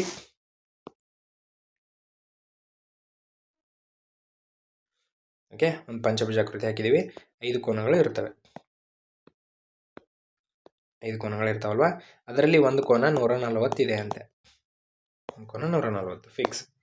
ಇವಾಗ ಉಳಿದಿರೋ ಕೋನಗಳು ಅನುಪಾತದಲ್ಲಿದ್ದಾವಂದ್ರೆ ನಾನು ಅದನ್ನು ಹಿಂಗೆ ಬರೀತೀನಿ. 1x 2x 3x 4x ಹಾಗಿದ್ರೆ 1x 2x 3x 4x ಹಾಗಿದ್ರೆ ದೊಡ್ಡ ಕೋನ ಯಾವುದು ಅಂತ ಕಂಡುಹಿಡಿ ಅಂತ ಹೇಳಿದರೆ ಬೆಲೆ ಏನು? ಓಕೆನಾ? ಸೊ ನಮಗೆ ಗೊತ್ತಿರಬೇಕು ಈ ಏನು ಪಂಚಭುಜಾಕೃತಿ ಪೆಂಟಗಾನಿನ ಒಳಕೋನಗಳ ಮೊತ್ತ ಎಷ್ಟಕ್ಕೆ ಸಮ? ಸೂತ್ರ ಗೊತ್ತಿರುತ್ತೆ ನಮಗೆ. ಏನು ಅಂದರೆ ಒಳಕೋನಗಳ ಮೊತ್ತ ಕಂಡುಹಿಡಿ ಸೂತ್ರ ಏನು? n-2 × 180. n ಅಂದರೆ ಏನು? Number of sides. ಎಷ್ಟು? 5 ಇದ್ದಾವೆ. -2 × 180. 5 - 2 is 3 × 180. ಹಾಗಿದ್ರೆ 18 3 54 ಅಂದರೆ 540 ಬಂತು. ಅದರಲ್ಲಿ 540ರಲ್ಲಿ ಆಲ್ರೆಡಿ ಒಂದು 140 ಇದೆ. ಇನ್ನು ಉಳಿದಿದ್ದೆಷ್ಟು? 400. ಓಕೆನಾ? ಹಾಗಾದರೆ ಈ 4 ಸೇರಿಸಿದ್ರೆ 400ಕ್ಕೆ ಸಮ. ಹಾಗಿದ್ರೆ 1x + 2x + 3x + 4x ಎಷ್ಟಕ್ಕೆ ಸಮ? 400ಕ್ಕೆ ಸಮ. ಬೇರಾ? ಇಷ್ಟು ಕೂಡಿಸ್ರಿ. 3 6 3 6 10. ಕ್ಲಿಯರ್? 10x ಬಂತು = 400. ಹಾಗಿದ್ರೆ x = 400/10. ಈ 0 ಹೋಯ್ತು. ಹಾಗಿದ್ರೆ x ಬೆಲೆ ಎಷ್ಟು ಬಂತು? 40 ಬಂತು. ಇದು ಆನ್ಸರಾ? ನೋ. ಏನು ಕೇಳಿದಾರೆ ಅವರು? ಅತಿ ದೊಡ್ಡ ಕೋನ ಅಂತ ಕೇಳಿದರೆ. ಇದರಲ್ಲಿ ಅತಿ ದೊಡ್ಡ ಕೋನ ಅಂದರೆ 4x. 4 × 40 ಮಾಡಿದ್ರೆ 160 ಬರುತ್ತೆ. 140ಕ್ಕಿಂತನೂ ಹೆಚ್ಚಿದೆ. ಹಾಗಿದ್ರೆ 160 ದೊಡ್ಡ ಕೋನ. ಅರ್ಥ ಆಯ್ತಾ? ತ್ರಿಭುಜದ ಒಳಕೋನಗಳ ಮೊತ್ತ ಕಂಡುಹಿಡಿಯುವಂಥ ಸೂತ್ರ ಇಲ್ಲಿದೆ. ಓಕೆನಾ? ತ್ರಿಭುಜ ಅಂತಲ್ಲ, ಒಳಕೋನಗಳ ಯಾವುದೇ ಒಂದು ಬಹುಭುಜಾಕೃತಿ ಇರಲಿ ಅದರ ಒಳಕೋನಗಳ ಮೊತ್ತ ಕಂಡುಹಿಡಿಯುವಂಥ ಸೂತ್ರ ಏನು ಹೇಳ್ರಿ? n-2 × 180 degree. ಅಂಡರ್ಸ್ಟ್ಯಾಂಡ್? ಸರಿ, ನೆಕ್ಸ್ಟ್ ವಯಸ್ಸಿಗೆ ಸಂಬಂಧಿಸಿದಂಥ ಕ್ವಶನ್. ತಂದೆ ಮತ್ತು ಮಗನ ವಯಸ್ಸುಗಳ ಮೊತ್ತ 90 ವರ್ಷಗಳು. 5 ವರ್ಷಗಳ ನಂತರ ತಂದೆಯ ವಯಸ್ಸು ಮಗನ ವಯಸ್ಸಿನ 3ರಷ್ಟಾದರೆ ತಂದೆಯ ಈಗಿನ ವಯಸ್ಸೇನು ಅಂತ ಕೇಳಿದ್ದಾರೆ. ಓಕೆ, ಬಿಡಿಸ್ತಾ ಹೋಗೋಣ. ನೋಡ್ರಿ, ಈಗ ಫಸ್ಟ್ ಲೈನ್ ನೋಡೋಣ. ತಂದೆ ಮತ್ತು ಮಗನ ವಯಸ್ಸುಗಳ ಮೊತ್ತ 90 ವರ್ಷಗಳು. ತಂದೆ ಮತ್ತು ಮಗ ಇವರಿಬ್ಬರ ವಯಸ್ಸುಗಳ ಮೊತ್ತ 90. ಕ್ಲಿಯರಾ? 5 ವರ್ಷಗಳ ನಂತರ ಅಂತ ಹೇಳಿದರೆ ಇಲ್ಲಿ ನಾನು ಏನು ಮಾಡ್ತೀನಿ ಅಂದರೆ ತಂದೆಯ ವಯಸ್ಸನ್ನು x ಅಂತ ತೊಗೊಳ್ತೀನಿ. ಈಸಿ ಆಗುತ್ತೆ ಮಾಡಲಿಕ್ಕೆ. ಓಕೆನಾ? ಹಾಗಾದರೆ x + ಮಗನ ವಯಸ್ಸು = 90. x ಅಂದರೆ ಏನು? ತಂದೆಯ ವಯಸ್ಸು. ಕ್ಲಿಯರಾ? ಹಾಗಿದ್ರೆ ಮಗನ ವಯಸ್ಸು ಏನಾಗುತ್ತೆ ಹೇಳ್ರಿ? ಈ 90ರಲ್ಲಿ ತಂದೆಯ ವಯಸ್ಸನ್ನು ಕಳೆದ್ರೆ ನಮಗೆ ಮಗನ ವಯಸ್ಸು ಸಿಗುತ್ತೆ. ಹಾಗಿದ್ರೆ ಮಗನ ವಯಸ್ಸು 90 - x ಅಂತ ಬಂತು. ಈಗ ನೆಕ್ಸ್ಟ್, ಈ ರೀತಿ ಸಿಂಪ್ಲಿಫೈ ಮಾಡಿಟ್ಕೊಂಡ್ರೆ ತುಂಬ ಈಸಿ ಆಗುತ್ತೆ. ಅದಕ್ಕೆ ನೆಕ್ಸ್ಟ್ 5 ವರ್ಷಗಳ ನಂತರ ಅಂದಿದ್ದಾನೆ. ನಂತರ ಬಂದರೆ ಇದಕ್ಕೆ ನೀವು +5 ಆ್ಯಡ್ ಮಾಡಬೇಕು. ಓಕೆನಾ? ಮಗನ ವಯಸ್ಸು ನೋಡ್ರಿ, ತಂದೆ ವಯಸ್ಸಿಗೆ ನೀವು ಎಷ್ಟು ಆ್ಯಡ್ ಮಾಡಬೇಕು? 5 ಆ್ಯಡ್ ಮಾಡಬೇಕು. ಮತ್ತು ಮಗನ ವಯಸ್ಸೇನು? 90 - x. ಇದಕ್ಕೂ ಕೂಡ ನೀವು 5 ಆ್ಯಡ್ ಮಾಡಬೇಕು. ಕ್ಲಿಯರಾ? ತಂದೆ ವಯಸ್ಸೇನು? x. ಕ್ಲಿಯರ್ ಅಲ್ವಾ? ಹಾಗಿದ್ರೆ x + 5 ಆಯಿತು. ನೋಡ್ರಿ, ಇದು ತಂದೆ ವಯಸ್ಸು. x ಅಂದರೆ ತಂದೆ ವಯಸ್ಸು, ಅದಕ್ಕೆ 5 ಸೇರಿಸ್ತಾ ಇದ್ದೀನಿ. ಮಗನ ವಯಸ್ಸೇನು? 90 - x. ಅದಕ್ಕೆ ನಾನು 5 ಸೇರಿಸ್ತಾ ಇದ್ದೀನಿ. ಓಕೆನಾ? 5 ವರ್ಷಗಳ ನಂತರ ಅಂತಾಯಿತು. ತಂದೆಯ ವಯಸ್ಸು ಮಗನ ವಯಸ್ಸಿನ 3ರಷ್ಟು. ಹಾಗಿದ್ರೆ ಇದರ 3ರಷ್ಟಿದೆ. ಕ್ಲಿಯರಾ? 3ರಷ್ಟಿದ್ರೆ ಈಗಿನ ವಯಸ್ಸು ಎಷ್ಟು ಏನು ಅಂತ ಕೇಳಿದ್ದಾರೆ. ಓಕೆ, ವೆರಿ ಸಿಂಪಲ್ ಆಗಿ ಬಿಡಿಸ್ಬೋದು. ಏನಂದರೆ x + 5 ಸಿಂಪ್ಲಿಫೈ ಮಾಡಿರಿ ಅಷ್ಟೇ. ಈಗ ಈ 90ಕ್ಕೆ +5 ಸೇರಿಸಿದ್ರೆ 95 ಆಯಿತು. 95 - x. ಹಾಗಿದ್ರೆ x + 5 = 3 × 95 ಮಾಡಿರಿ. 3 5 15, 3 9 27, 28, 285 ಆಯಿತು. ಕ್ಲಿಯರಾ? ಹಾಗಿದ್ರೆ -3x. ಕ್ಲಿಯರ್? ಈ ಕಡೆ ಬಿಡಿಸ್ತೀನಿ ನೋಡ್ರಿ. ಈಗ 3x ಇದೆ ಅಲ್ವಾ? ಈ -3x ಈ ಕಡೆ ತೊಗೊಂಡ್ಬಂದರೆ ಪ್ಲಸ್ 3x ಆಯಿತು. ಈ ಕಡೆ ಒಂದು ಎಕ್ಸ್ ಇದೆ, ಹಾಗಿದ್ರೆ 4x ಆಯಿತು. ಈಗ ಈ 285 ಇದೆ, ಈ ಕಡೆ ಪ್ಲಸ್ 5 ಈ ಕಡೆ ತೊಗೊಂಡ್ಬಂದರೆ 280. ಓಕೆನಾ? ಈ ಮೈನಸ್ 3x ಈ ಕಡೆ ತೊಗೊಂಡೋಗಿದ್ದೀನಿ, ಪ್ಲಸ್ 3x ಆಗುತ್ತೆ. ಈ ಕಡೆ ಒಂದು ಎಕ್ಸ್ ಇದೆ ಅಲ್ವಾ, ಇದನ್ನು ಕೊಡಿಸಿದ್ರೆ 4x. ಇವಾಗ x is equal to 280 upon 4 ಅಲ್ವಾ. x ಇಸ್ ಈಕ್ವಲ್ ಟು 4 1 4 7 28, ಹಾಗಿದ್ರೆ 70 ಬಂತು. ಹಾಗಿದ್ರೆ ತಂದೆಯ ವಯಸ್ಸು ಎಷ್ಟು ಹೇಳ್ರಿ? 70 ವರ್ಷ. ತಂದೆಯ ವಯಸ್ಸು 70 ವರ್ಷ. ಅರ್ಥ ಆಯ್ತಾ? ನೆಕ್ಸ್ಟ್ ಕ್ವಶನ್ ಕೋಆರ್ಡಿನೇಟ್ ಜಾಮೆಟ್ರಿಗೆ ಸಂಬಂಧಿಸಿದಂಥ ಕ್ವಶನ್ ಇದು. ಓಕೆನಾ? ನಿರ್ದೇಶಾಂಕ ರೇಖಾಗಣಿತ. ಸರಿ, ಎ ಅಂದರೆ ಇದೊಂದು ಪಾಯಿಂಟ್ 4, -3 ಮತ್ತು ಬಿ ಅನ್ನುವಂಥ ಮತ್ತೊಂದು ಪಾಯಿಂಟ್ ಇದೆ -2, 3. ಈ ಬಿಂದುಗಳ ನಡುವಿನ ದೂರ ಎಷ್ಟು ಅಂತ ಕೇಳಿದರೆ, ಇಲ್ಲೊಂದು ಪಾಯಿಂಟ್ ಇದೆ ಅಂದ್ಕೊಳ್ರಿ ಎ, ಇಲ್ಲೊಂದು ಪಾಯಿಂಟ್ ಇದೆ ಬಿ. ಇವೆರಡರ ನಡುವಿನ ದೂರ ಎಷ್ಟು ಅಂತ ಕೇಳಿದರೆ ಎ 4 -3 -2 ನಿರ್ದೇಶಾಂಕಗಳು ಇಷ್ಟಿದ್ದಾವೆ. ಹಾಗಿದ್ರೆ ನಡುವಿನ ದೂರ ಏನು ಅಂತ ಕೇಳಿದರೆ, ಈ ದೂರ ಕಂಡುಹಿಡಿಯಲಿಕ್ಕೆ ಒಂದು ಸೂತ್ರ ಇದೆ. ಎರಡು ಬಿಂದುಗಳ ನಡುವಿನ ದೂರ ಕಂಡುಹಿಡಿಯಲಿಕ್ಕೆ ಸೂತ್ರ ಇದೆ. ಏನು ಸೂತ್ರ? x2 - x1 whole square plus y2 - y1 whole square. ಈಗಿನ SSLC ಪಾಠಗಳಲ್ಲಿ ಈ ರೀತಿಯಾದಂಥ ಒಂದು ಸೂತ್ರ ಇದೆ. ಓಕೆನಾ? ಫಿಕ್ಸ್ ಸೂತ್ರ ಇದು. x2 - x1 whole square. x2 ಅಂದರೆ ಏನು? ಇದು x2 y2, ಇದು x1 y1. x2 ಅಂದರೆ ಏನು? -2 ಮೈನಸ್ x1 ಅಂದರೆ 4 ಹೋಲ್ ಸ್ಕ್ವೇರ್ ಪ್ಲಸ್ y2 ಅಂದರೆ 3 ಮೈನಸ್ y1 ಅಂದರೆ -3. ಹಾಗಿದ್ರೆ -× +3 ಹೋಲ್ ಸ್ಕ್ವೇರ್ ಅಂತ ಆಗುತ್ತೆ. ನೆಕ್ಸ್ಟ್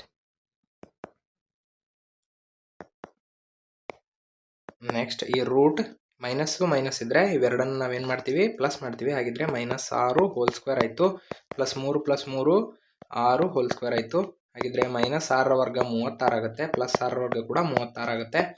36 ಅಂದರೆ ಇದನ್ನು ನಾನು 36 × 2 ಅಂತ ಬರ್ಕೋಬೋದು.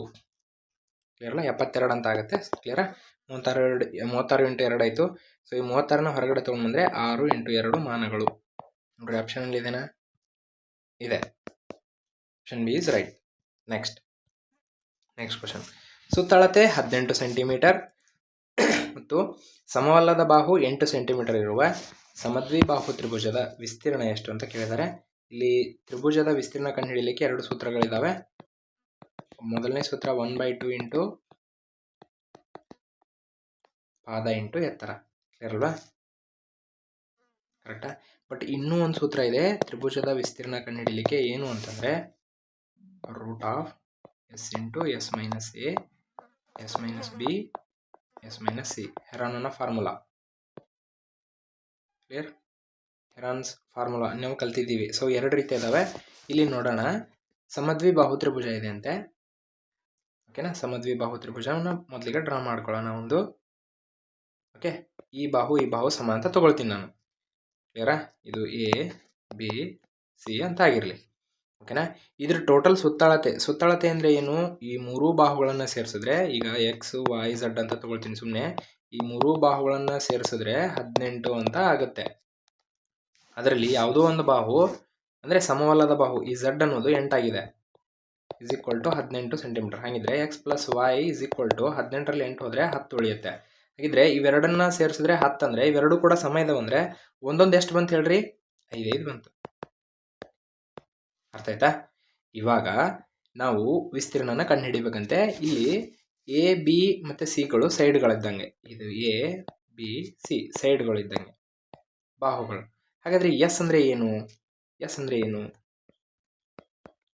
ಏನು ಕಲ್ತಿದ್ದೀವಿ. ಸೆಮಿ ಪೆರಿಮೀಟರ್ ಆರ್ ಅರ್ಧ ಸುತ್ತಳತೆ. ಹಾಗಿದ್ರೆ ಸುತ್ತಳತೆ ಎಷ್ಟು? 18 ಸೆಂಟಿಮೀಟರ್. ಸುತ್ತಳತೆ ಎಷ್ಟು? 18. ಹಾಗಿದ್ರೆ ನಮಗೆ ಎಸ್ ಬೇಕು ಅಂದರೆ ಅರ್ಧ ಮಾಡಬೇಕು.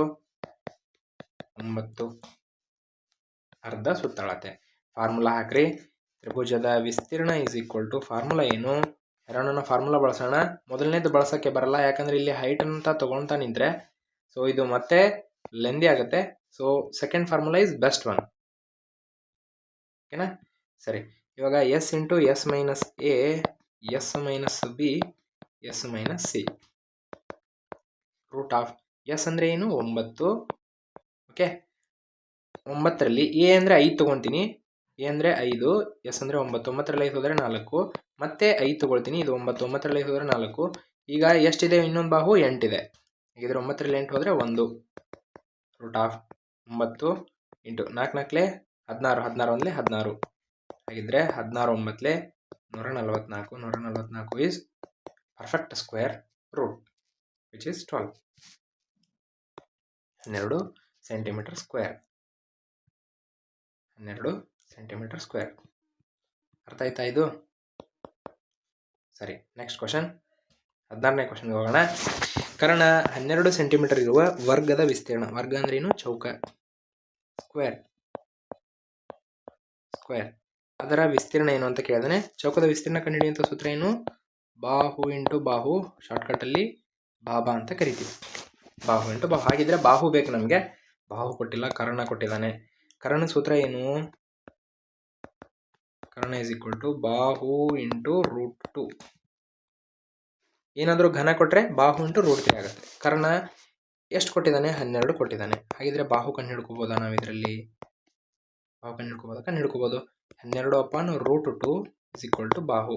ಹಾಗಿದ್ರೆ ಬಾಹು ಎಷ್ಟು ಬಂತು ನಮಗೆ? 12 ಅಪಾನ್ ರೂಟ್ 2. ಇದರಲ್ಲಿ ಹಾಕ್ರಿ. ಬಾಹು ಅಂದರೆ 12 ಅಪಾನ್ ರೂಟ್ 2 ಇಂಟು ಮತ್ತೊಂದು ಬಾಹು 12 ಅಪಾನ್ ರೂಟ್ 2. ಸೇಮ್ ಆಗಿರುತ್ತಲ್ವಾ? ಸ್ಕ್ವೇರ್. ಎಲ್ಲ ಬಾಹುಗಳು ಸಮನಾಗಿರ್ತವೆ. ಈ ರೂಟ್ 2 ಅಂದರೆ ರೂಟ್ 2 ಹೋಲ್ ಸ್ಕ್ವೇರ್ ಅಂತ ಆಗುತ್ತೆ.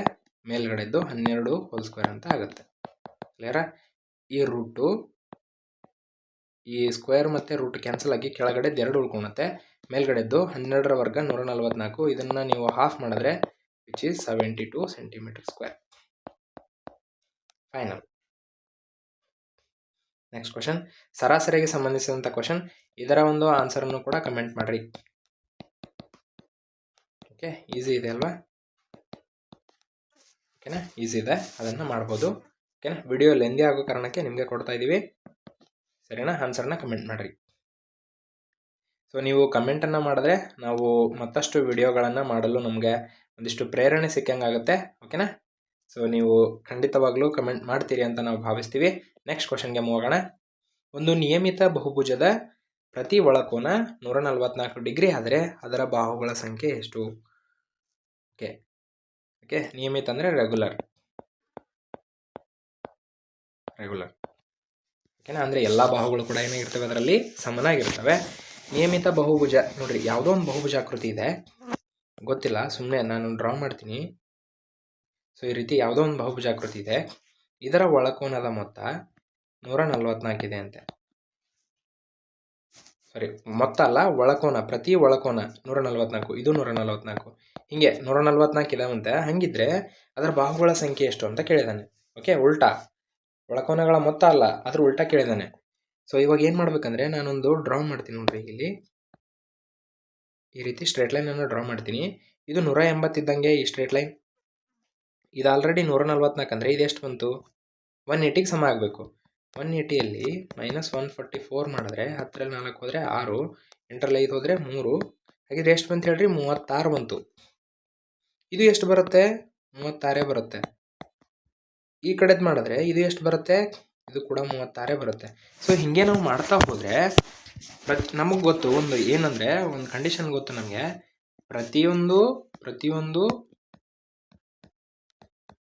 ಪ್ರತಿಯೊಂದು ಬಹುಭುಜಾಕೃತಿಯ ಹೊರಕೋನದ ಮೊತ್ತ ಎಷ್ಟೇ ಇರಲಿ, ಕೋನಗಳು ಎಷ್ಟೇ ಇರಲಿ, ಎಷ್ಟೇ ಬಾಹುಗಳಿರಲಿ, ಹೊರಕೋನದ ಮೊತ್ತ 360ಕ್ಕೆ ಸಮ ಆಗಿರುತ್ತೆ. ಒಳಕೋನಗಳು ಡಿಫ್ರೆಂಟ್ ಆಗಿರ್ತವೆ, ಬಟ್ ಹೊರಕೋನ 360 ಆಗಿರುತ್ತೆ. ಹಾಗಿದ್ರೆ ಒಂದೊಂದು 36 ಅಂದರೆ 360ನ್ನು ಭಾಗಿಸ್ಬಿಡಿ. ಎಷ್ಟರಿಂದ? 36ರಿಂದ. ಅಂದರೆ ನಮಗೆ ಸಿಗುತ್ತೆ ಎಷ್ಟು ಬಾಹುಗಳಿದಾವಂತ.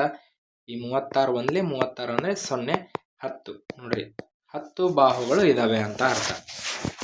ಕ್ಲಿಯರ್ ಆಯ್ತಾ? ಸೊ ಯಾವ ರೀತಿ ಕಂಡುಹಿಡಿತಾ ಇದೀವಿ ಅಂತ. ಡನ್. Next question. -6/11ರಿಂದ ಈ ಕೆಳಗಿನ ಸಂಖ್ಯೆಯನ್ನು ಕಳೆದಾಗ 8/9 ದೊರೆಯುತ್ತದೆ. ನೋಡ್ರಿ, -6/11ರಿಂದ ಈ ಕೆಳಗಿನ ಸಂಖ್ಯೆ, ಆ ಕೆಳಗಿನ ಸಂಖ್ಯೆಯನ್ನು ನಾನು x ಅಂತ ತಗೊಳ್ತೀನಿ. ಕಳೆದಾಗ ಅಂದಿದ್ದಾನೆ, ಇದನ್ನು ಕಳೆದಾಗ ನನಗೆ 8/9 ಬರುತ್ತಂತೆ. ಹಾಗಿದ್ರೆ ಆ ಸಂಖ್ಯೆ ಎಕ್ಸ್ ಯಾವುದು? ಈ ರೀತಿ ಬರ್ಕೊಂಡಿದ್ದೀವಿ. -6/11 ಅಂತ ಬರ್ಕೊಳ್ತೀನಿ. ಈ +8/9 ಈ ಕಡೆ ಬಂದರೆ -8/9 ಆಯಿತು. ಅಂಡರ್ಸ್ಟ್ಯಾಂಡ್? ಈ -x ಈ ಕಡೆ ಹೋದರೆ +x ಆಯಿತು. ಡನ್. ನೆಕ್ಸ್ಟ್ ಬಿಡಿಸೋಣ. ಓಕೆ, ಇಲ್ಲಿಂದ ಇಲ್ಲಿ ಗುಣಾಕಾರ ಮಾಡಿರಿ. 9 99, ಮತ್ತು ಈ ಕಡೆಯಿಂದ ಇಲ್ಲಿ ಮಾಡಿರಿ. 9 6 54. ಓಕೆನಾ? ಒರೆ ಗುಣಾಕಾರ ಮೆಥಡ್ ಅಂತ ಕರಿತೀವಿ, ಕ್ರಾಸ್ ಮಲ್ಟಿಪ್ಲಿಕೇಶನ್ ಮೆಥಡ್. 11 8 88, ಅದು ಕೂಡ -88 = x ಡಿವೈಡೆಡ್ ಬೈ 99. ಈಗ ಎರಡೂ ಒಂದೇ ಚಿಹ್ನೆಗಳಿದಾವೆ ಅಂದರೆ ಕೂಡಿಸ್ಬೇಕು ನಾವು. ಓಕೆನಾ? 88 54 8 4 12 8 1 9 9 5 14 ಎಷ್ಟು ಬಂತು? 142 = x. ನೋಡ್ರಿ, ಇಷ್ಟಿದೇನಾ ಆಪ್ಷನಲ್ಲಿ? ಇಷ್ಟಿದೇನಾ? ಇದೆ. ಅದು ಕೂಡ ಎರಡೂ ಕೂಡ ಮೈನಸ್ ಆಗಿರೋದ್ರಿಂದ ಇಲ್ಲಿ ಮೈನಸ್ ಹಚ್ಚಬೇಕು. -142/99 ರೈಟ್ ಆನ್ಸರ್. ಓಕೆ, ನೆಕ್ಸ್ಟ್ ಸರಳ ಬಡ್ಡಿಗೆ ಸಂಬಂಧಿಸಿದಂತಹ ಕ್ವಶನ್ ಇದು. ಈಗ ಕೊಟ್ಟಿರುವಂಥ ಡಾಟಾಗಳನ್ನು ಬರ್ಕೊಳ್ಳೋಣ.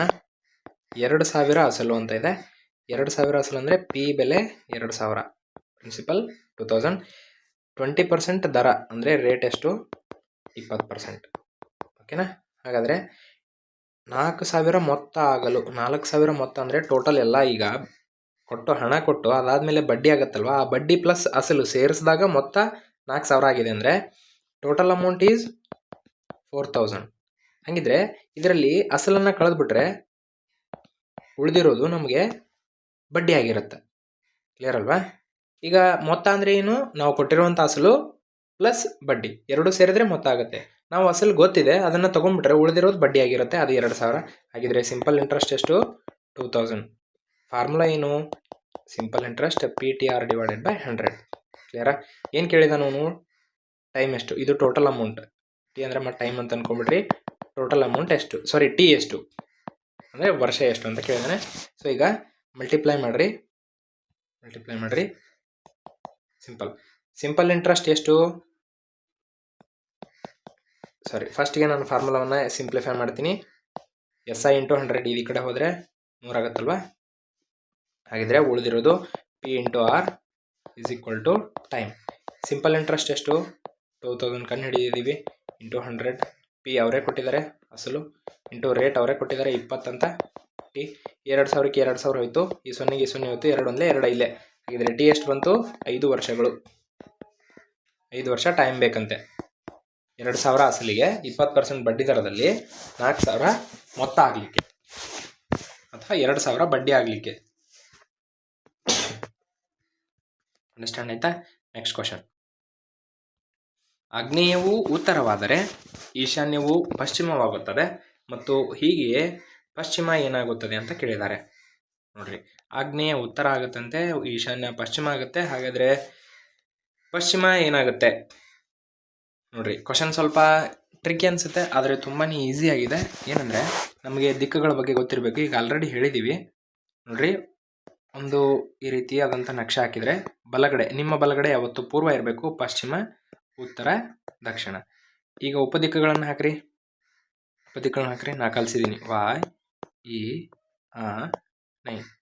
ವಾಯುವ್ಯ, ಈಶಾನ್ಯ, ನೈಋತ್ಯ, ಆಗ್ನೇಯ, ನೈಋತ್ಯ. ಕ್ಲಿಯರಾ? ಈಗ ಆಗ್ನೇಯ ಉತ್ತರ ಆಗಿರುತ್ತಂತೆ. ಎಲ್ಲಿದೆ ಆಗ್ನೇಯ? ಈ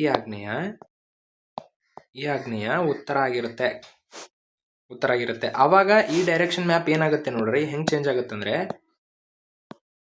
ಈ ಡೈರೆಕ್ಷನ್ ಮ್ಯಾಪ್ ನೋಡ್ರಿ, ಅಂಡರ್ಸ್ಟ್ಯಾಂಡ್ ಆಗುತ್ತೆ. ಇಲ್ಲಿ ಆಗ್ನೇಯದಲ್ಲಿ ಉತ್ತರ ಬರಿತೀನಿ. ಅದಾದ್ಮೇಲೆ ಈಶಾನ್ಯ ಪಶ್ಚಿಮ ಆಗುತ್ತಂತೆ. ಈಶಾನ್ಯ ಎಲ್ಲಿದೆ? ಈಶಾನ್ಯ ನೋಡ್ರಿ, ಇಲ್ಲಿದೆ ಅಲ್ವಾ? ಈ ಈಶಾನ್ಯ ಏನಾಗುತ್ತಂತೆ? ಪಶ್ಚಿಮ ಆಗುತ್ತೆ. ಹಾಗಾದರೆ ಪಶ್ಚಿಮ ಏನಾಗುತ್ತೆ? ಎಲ್ಲಿದೆ ಪಶ್ಚಿಮ? ಮೊದಲ ದಿಕ್ಕಲ್ಲಿ, ಅಂದರೆ ಮೊದಲ ಮ್ಯಾಪಲ್ಲಿ ಇಲ್ಲಿದೆ. ಈ ಪಶ್ಚಿಮ ಏನಾಗುತ್ತೆ ಅನ್ನಂಗೆ ಸಿಂಪಲ್, ಏನಿಲ್ಲ, ಕ್ಲಾಕ್ ವೈಸ್ ಡೈರೆಕ್ಷನ್ ಮೂವ್ ಆಗಿಬಿಡ್ರಿ. ಉತ್ತರ ಆಗಿದ ಮೇಲೆ ಏನು ಬರುತ್ತೆ? ಈಶಾನ್ಯ ಬಂದಿದ್ದೇನೆ. ಉತ್ತರ ಆದ್ಮೇಲೆ ಈಶಾನ್ಯ ಇಲ್ಲಿ ಬರುತ್ತೆ. ಅದಾದಮೇಲೆ ಪೂರ್ವ ಬರುತ್ತೆ. ಅದಾದಮೇಲೆ ಆಗ್ನೇಯ ಬರುತ್ತೆ. ಅದಾದಮೇಲೆ ದಕ್ಷಿಣ ಬರುತ್ತೆ. ಕ್ಲಿಯರ್ ಅಲ್ವಾ? ದಕ್ಷಿಣ ಆದಮೇಲೆ ನೈಋತ್ಯ ಬರುತ್ತೆ. ನೈಋತ್ಯ ಆದಮೇಲೆ ಪಶ್ಚಿಮ ಬಂದಿದೆ. ಪಶ್ಚಿಮ ಆದಮೇಲೆ ವಾಯುವ್ಯ ಬರುತ್ತೆ. ಹಾಗಾದರೆ ಮೊದಲಿನ ಪಶ್ಚಿಮ ದಿಕ್ಕಲ್ಲಿ ಯಾವುದು ಬಂದಿದೆ? ಆಗ್ನೇಯ ಬಂದಿದೆ. ಹೀಗಾಗಿ ಆಗ್ನೇಯ ಆನ್ಸರ್. ಅರ್ಥ ಆಯ್ತಾ? ಕ್ಲಾಕ್ ವೈಸ್ ಡೈರೆಕ್ಷನಲ್ಲಿ ಮೂವ್ ಮಾಡ್ತೀವಿ. ಈ ಕ್ವಶನ್ಗೆ ಆನ್ಸರ್ ಅರ್ಥ ಆಗದೇ ಇದ್ದರೆ ಮತ್ತೆ ರಿವೈಂಡ್ ಮಾಡಿ ನೋಡಿ, ಕ್ಲಿಯರ್ ಆಗಿ ಅರ್ಥ ಆಗುತ್ತೆ. ಓಕೆನಾ? ಆಗ್ನೇಯದಲ್ಲಿ ಉತ್ತರ ಅಂದರೆ ಇನ್ನೊಂದು ಮ್ಯಾಪಲ್ಲಿ ನಾನು ಉತ್ತರ ಅಂತ ಬರ್ಕೊಂಡಿದ್ದೀನಿ. ಓಕೆನಾ?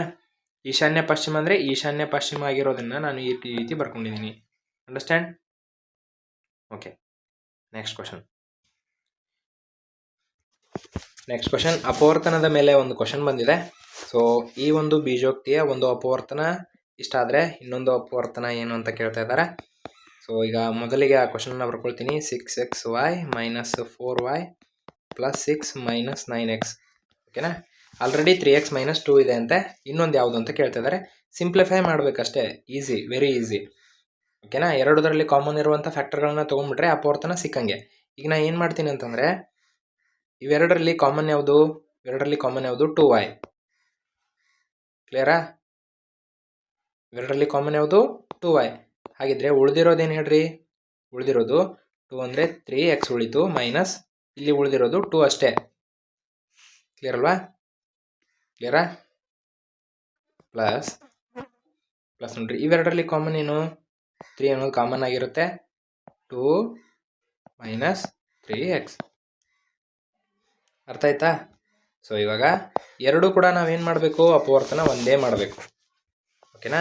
ಸೊ ಇಲ್ಲಿ 3x - 2 ಇದೆ, ಇಲ್ಲಿ 2y - 3x ಇದೆ. ಹಾಗಿದ್ರೆ 2y 3x - 2 ಅಂತ ಬರ್ಕೊಳ್ತೀನಿ. ಬರ್ಕೊಂಡು ಇದನ್ನು ಮೈನಸ್ ಅಂತ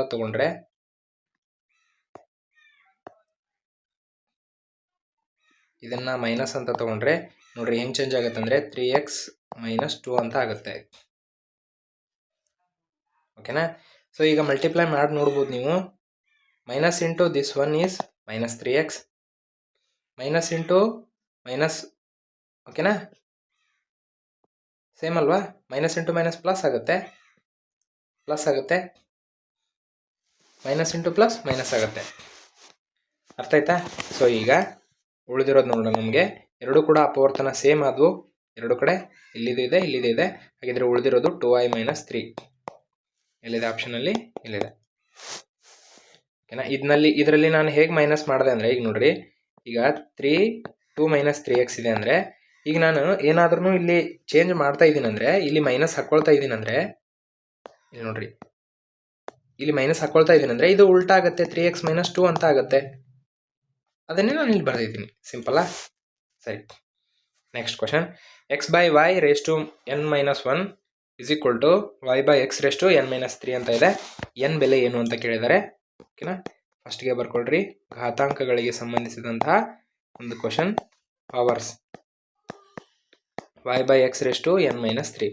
n ಬೆಲೆ ಏನು ಅಂತ ಕೇಳಿದರೆ x/y raised to n - 1. ನಮಗೆ ಘಾತಾಂಕಗಳ ನಿಯಮ ಏನು ಹೇಳುತ್ತಂದರೆ, ಎರಡೂ ಬದಿಯಲ್ಲಿ ಬೇಸ್ಗಳು ಸೇಮ್ ಇದ್ದರೆ ಅವುಗಳ ಪವರ್ಗಳು ಕೂಡ ಸೇಮ್ ಇರ್ತಾವಂತ. ಸೊ ಹಾಗಾದರೆ ಇದನ್ನು ಕೂಡ ನಾನು ಹಾಗೆ ಬರಿತೀನಿ, x/y ಅಂತ ಬರ್ಕೊಳ್ತೀನಿ. ನೋಡ್ರಿ, ಉಲ್ಟಾ ಬರ್ತಿದ್ದೀನಿ ಅಂದರೆ ಈ ಪವರ್ಸ್ಗಳ ಸೈನ್ ಕೂಡ ಚೇಂಜ್ ಆಗುತ್ತೆ.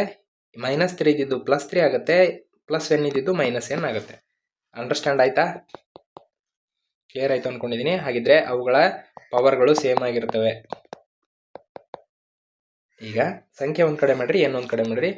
n + n ಅಂದರೆ n ಈ ಕಡೆ ಬಂದರೆ +n ಆಗುತ್ತೆ, ಈ -1 ಈ ಕಡೆ ಬಂದರೆ +1. ಹಾಗಿದ್ರೆ 2n = 4. n = 4/2. 2 1 = 2, 2 = 2 ಬಂತು. ಅಂಡರ್ಸ್ಟ್ಯಾಂಡ್ ಆಯ್ತಾ? ಸರಿ, ನೆಕ್ಸ್ಟ್ ಕ್ವಶನ್ಗೆ ಹೋಗೋಣ. ತ್ರಿಜ್ಯ 7 ಮಾನಗಳು ಇರುವ ಒಂದು ಅರ್ಧ ವೃತ್ತಖಂಡದ ಸುತ್ತಳತೆ ಎಷ್ಟು ಅಂತ ಕೇಳಿದ್ದಾರೆ.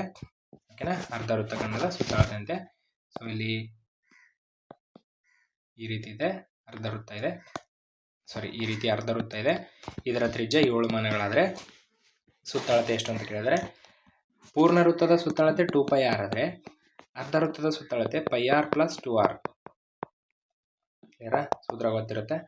π × r ಅಂದರೆ 22. ತ್ರಿಜ್ಯ 7 + 2 × r ಅಂದರೆ 7. 7 ಕ್ಯಾನ್ಸಲ್ ಆಯಿತು. 22 + 7 2 14. 22 + 14 36 ಮಾನಗಳು. ಅಂಡರ್ಸ್ಟ್ಯಾಂಡ್? ಗೊತ್ತಾಯ್ತಾ? ನೆಕ್ಸ್ಟ್ ಒಂದು ಆಯತಾಕಾರದ ಬಾವುಟದ ಬಟ್ಟೆಯ ಅಳತೆಯು 90 ಮೀಟರ್ × 60 ಮೀಟರ್ ಇದೆ. ಇದರಲ್ಲಿ ತಯಾರಿಸಬಹುದಾದ 3 ಮೀಟರ್ × 2 ಮೀಟರ್ ಅಳತೆಯ ಬಾವುಟಗಳ ಸಂಖ್ಯೆ ಎಷ್ಟು? ಒಂದು ಆಯತಾಕಾರದ ಬಾವುಟದ ಬಟ್ಟೆಯ ಅಳತೆಯು ಅಂತ ಹೇಳಿದಾನೆ. ಒಂದು ಆಯತಾಕಾರದ ಬಟ್ಟೆ ಅಂದರೆ ಈ ರೀತಿ ಒಂದು ಆಯತಾಕಾರದ ಬಟ್ಟೆ ಇದೆ ಅಂದ್ಕೊಳ್ರಿ. ಓಕೆನಾ? ಇದು ಉದ್ದ 90 ಇದೆ, ಅಗಲ 60 ಇದೆ, ಈ ರೀತಿ ಇದೆ. ಸೊ ಇದರಲ್ಲಿ ನಾವು ಸಣ್ಣದಾಗಿ 3 ಮೀಟರು ಮತ್ತು 2 ಮೀಟರು ಈ ರೀತಿ ಇರುವಂಥ ಎಷ್ಟು ಬಾವುಟಗಳನ್ನು ತಯಾರಿಸಬಹುದು ಅಂತ ಹೇಳಿದ್ದಾರೆ.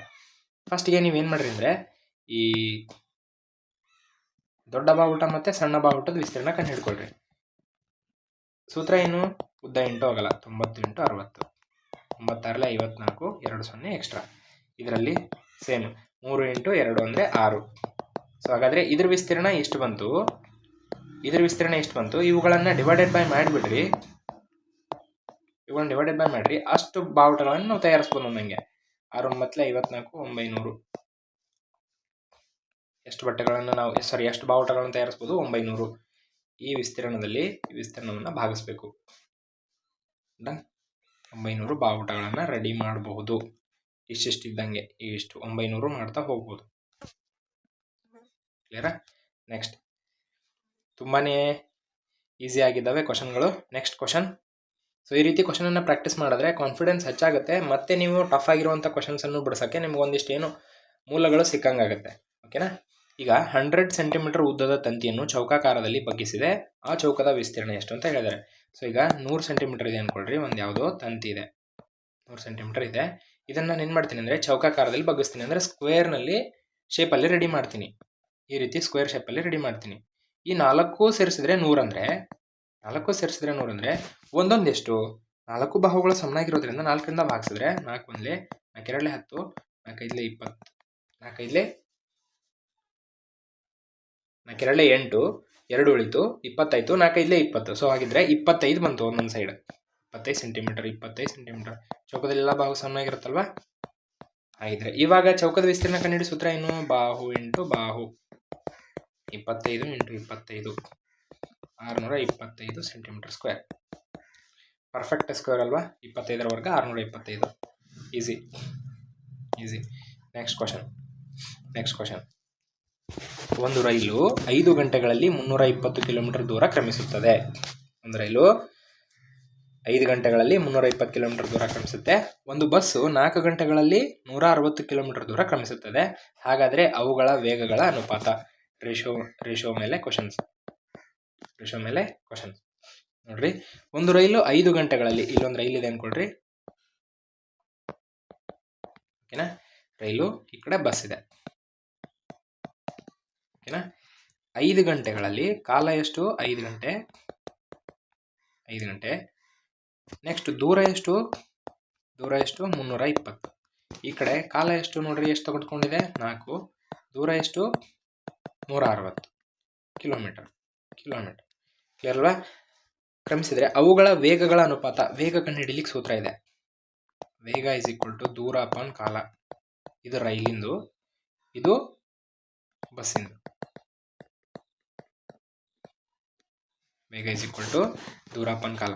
ಒಂದು ಟ್ರಯಾಂಗಲ್ ಅನ್ನು ನೆನ್ಪಿಟ್ಬಿಟ್ರೆ ಈಸಿಯಾಗಿ ನೆನ್ಪಿಡ್ಬೋದು. ಈ ರೀತಿ ನೋಡ್ರಿ, ವೇಗ, ದೂರ, ಕಾಲ. ಈ ರೀತಿ ನೆನ್ಪಿಡ್ರಿ. ಎಲ್ಲ ಸೂತ್ರಗಳನ್ನ ಬರಿಬೋದು. ದೂರ ಸೂತ್ರ ಬೇಕಂದ್ರೆ ಕಾಲ ಇಂಟು ವೇಗ. ಕಾಲ ಸೂತ್ರ ಬೇಕು ಅಂದರೆ ದೂರ ಅಪಾನ್ ವೇಗ. ಆಯ್ತಾ? ಸೊ ಈ ರೀತಿ ಫಾರ್ಮುಲಾ ರೆಡಿ ಮಾಡ್ಕೋಬೋದು. ಇದೊಂದು ನೆನ್ಪಿಟ್ಕೊಂಡ್ರೆ ಈಸಿ. ಈಗ ವೇಗ ಕಂಡುಹಿಡೀರಿ ರೈಲಿಂದು. ದೂರ ಎಷ್ಟಿದೆ? 320 ಇದೆ. ಕಾಲ ಎಷ್ಟು? 5. ಹಾಗಾದರೆ 5 1 5 6 30, 20 ಉಳಿತು 5 4 ಎಷ್ಟು ಬಂತು? 64 ಬಂತು. ಈ ಕಡೆ ವೇಗ ಕಂಡುಹಿಡೀರಿ. ದೂರ ಎಷ್ಟು? 160. ಕಾಲ ಎಷ್ಟು? 4. 4 4 16 40. ಹಾಗಿದ್ರೆ ಇವೆರಡರ ಅನುಪಾತ ಬೇಕಂತೆ. 64/40. ಸೊ ಇದು ಆಪ್ಷನಲ್ಲಿ ಇದೆನಾ? ಸೊ ಇಷ್ಟೆಲ್ಲ ದೊಡ್ಡ ಪ್ರಮಾಣದಲ್ಲಿಲ್ಲ. ಇದನ್ನು ನಾವೇನು ಮಾಡೋಣ? ಸಿಂಪ್ಲಿಫೈ ಮಾಡೋಣ. ಯಾವ ಮಗ್ಗಿಯಲ್ಲಿ ಹೋಗುತ್ತೆ ನೋಡ್ರಿ, ಥಿಂಕ್ ಮಾಡಿರಿ. 8ರ ಮಗ್ಗಿಯಲ್ಲಿ ಹೋಗುತ್ತಲ್ವ? 8 8 64, 8 ಇಲ್ಲಿ 40, 8/5. ಕ್ಲಿಯರಾ? ಅಥವಾ 2ರಿಂದ ಹೊಡಿಬೋದು. 2 32, 2 20, ಮತ್ತು 2 16, ಮತ್ತು ಈ ಕಡೆ 2 10. ಸೊ ಅದಾದಮೇಲೆ 2 8, 2 5 ಈ ರೀತಿ ಹೊಡಿಬೋದು. So 8/5 is the our answer. Next ನೋಡ್ರಿ, ಎ, ಬಿ ಮತ್ತು ಸಿ ರವರ ವಯಸ್ಸುಗಳ ಅನುಪಾತ 5:3:2 ಆಗಿದೆ. ಎಯು ಸಿಗಿಂತ 18 ವರ್ಷ ದೊಡ್ಡವನು. ಹಾಗಾದರೆ ಅವರ ವಯಸ್ಸುಗಳ ಮೊತ್ತ.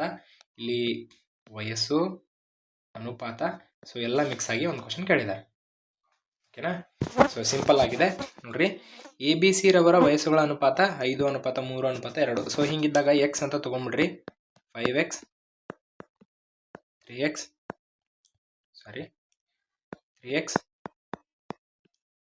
2x ಹೌದಲ್ವಾ? ಇವುಗಳ ಅನುಪಾತ ಇಷ್ಟಿದಾವೆ. ಇದು A B C. ಈಗ A ಯು B ಗಿಂತ 18 ವರ್ಷ ದೊಡ್ಡವನು. A ಅನ್ನೋನು C ಗಿಂತ 18 ವರ್ಷ ದೊಡ್ಡವನು. ಹಾಗಿದ್ರೆ A ಏನು 5x = C ಏನು 2x + 18. ಈಗ 2x ಈ ಕಡೆ ಬಂದರೆ 5x - 2x. ಇದು ರೇಖಾತ್ಮಕ ಸಮೀಕರಣ ಅಲ್ವಾ? ಹಾಗಿದ್ರೆ 3x = 18. x = 18/3 ಅಂದರೆ 3 6 18. x ಬೆಲೆ 6. x ಬೆಲೆ 6 ಅಂತು. ಹಾಗಾದರೆ ಅವರ ವಯಸ್ಸುಗಳ ಮೊತ್ತ ಅಂತ ಹೇಳಿದಾನೆ. ವಯಸ್ಸುಗಳ ಮೊತ್ತ ಎಷ್ಟು ವರ್ಷ ಅಂತ ಹೇಳಿದಾನೆ. x ಇದ್ದಲ್ಲಿ ನಾವು ಏನು ಮಾಡ್ಬೇಕು ಹೇಳ್ರಿ? 6 ಆಗ್ತಾ ಹೋಗಬೇಕು. 5 × 6 3 × 6 2 × 6 ಕೂಡಿಸ್ತಾ ಹೋಗಬೇಕು. 5 6 30 + 3 6 18 + 6 12 30 48 48 12 60 ವರ್ಷ. ನೋಡ್ರಿ, ಸಿಂಪಲ್ ಆಗಿದೆ. Clear? Next question. x² + 4y² = 4xy ಆದರೆ x ಅನುಪಾತ y. ಮತ್ತೆ ರೇಷೋ ಮೇಲೆ x² + 4y² = 4xy. ಈ ರೀತಿ ಇದೆ. ಈಗ ಸೊ ಈ ರೀತಿ ಇರೋದನ್ನು ಈಸಿಯಾಗಿ ಬಿಡಿಸ್ಬೋದಂದರೆ ಈ 4xyನೂ ಈ ಕಡೆ ತೊಗೊಳ್ರಿ. x² - 4xy x² + y² 4y² ಅಲ್ವಾ? -4xy = 0 ಆದಂಗೆ. ನೋಡ್ರಿ, ಇದೊಂದು ಟೈಪು ವರ್ಗ ಸಮೀಕರಣ ಇದ್ದಂಗಿದೆ. ಪ್ಲಸ್ ವರ್ಗ ಸಮೀಕರಣನೂ ಅಲ್ಲ, ಯಾಕಂದರೆ 2 ಚರಾಕ್ಷರಗಳಿದ್ದಾವೆ. ಇದು ನೀತ ಸಮೀಕರಣನ ನೋಡ್ರಿ. ನೀತ ಸಮೀಕರಣ x + y² ಅಥವಾ x - y² ರೀತಿ ಇದೆನಾ ನೋಡ್ರಿ. ಸೊ ಈ ರೀತಿ ಇದೆ. ಯಾಕಂದರೆ ಇಲ್ಲಿ ನೋಡ್ರಿ, ಇದ್ರ ಫಾರ್ಮುಲಾ ಏನು? x² + y² - 2xy. ಕ್ಲಿಯರ್ ಅಲ್ವಾ? ಹಾಗಿದ್ರೆ x² ಅಂತಂದರೆ x² ಬಂತು, ಪ್ಲಸ್ 4y² ಅಂತಂದರೆ ನಾನು y² ಅಂದರೆ 2y y ಅಂದರೆ 2y ಅಂತ ತೊಗೋಬೋದಾ? 2y ಅಂತ ತೊಗೊಳ್ತೀನಿ. 2y² ಆಯಿತು, ಮೈನಸ್ 2 × x y ಅಂದರೆ 2y. ನೋಡ್ರಿ, ಈ ರೀತಿ ಆಯ್ತಲ್ವಾ? ಹಾಗಿದ್ರೆ ಇದ್ರ ಫಾರ್ಮುಲಾ ಏನು? x - 2y² ಅಂದಂಗೆ ಹೌದಲ್ವಾ? ಇದನ್ನ ಬಿಡಿಸಿದ್ರೆ ಇದು ಬರುತ್ತೆ. ಇದನ್ನ ಫುಲ್ ಫಾರ್ಮ್ ಮಾಡಲಿ ಈ ರೀತಿ ಬರುತ್ತೆ. ಅರ್ಥ ಆಯ್ತಾ? ಸೊ ಹಾಗಾದರೆ ಈಗ x ಅನುಪಾತ y ಎಷ್ಟು ಅಂತ ಕೇಳ್ತಾ ಇದ್ದಾನೆ. ಇರಲ್ವಾ? ಈಗ ನೋಡ್ರಿ, = 0 ಅಂತ ಇದೆ.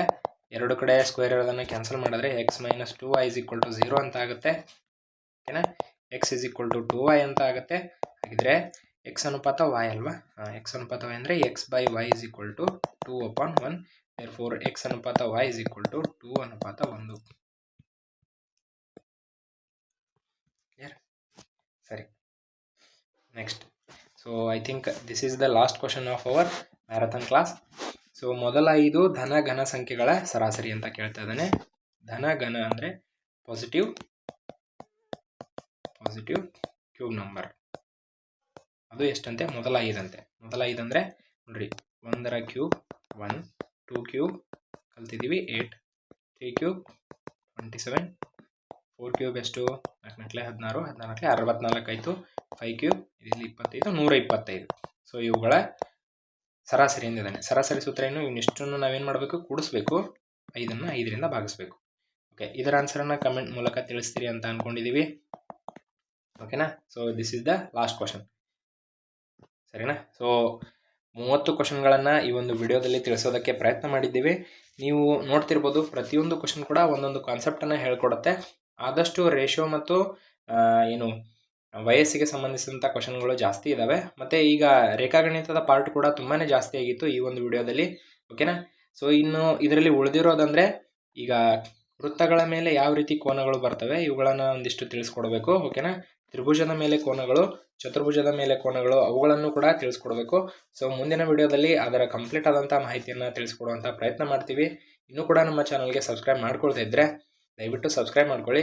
ಈ ವಿಡಿಯೋ ಇಷ್ಟ ಆದರೆ ನಿಮ್ಮ ಫ್ರೆಂಡ್ಸ್ಗೂ ಕೂಡ ಶೇರ್ ಮಾಡಿ ಗಣಿತದ ಜ್ಞಾನವನ್ನು ಹೆಚ್ಚಿಸಿರಿ ಅಂತ ಹೇಳ್ತಾ ವಿಡಿಯೋವನ್ನು ನೋಡಿದಂತಹ ನಿಮಗೆಲ್ಲರಿಗೂ ಕೂಡ ತುಂಬ ಧನ್ಯವಾದಗಳು. Thank you.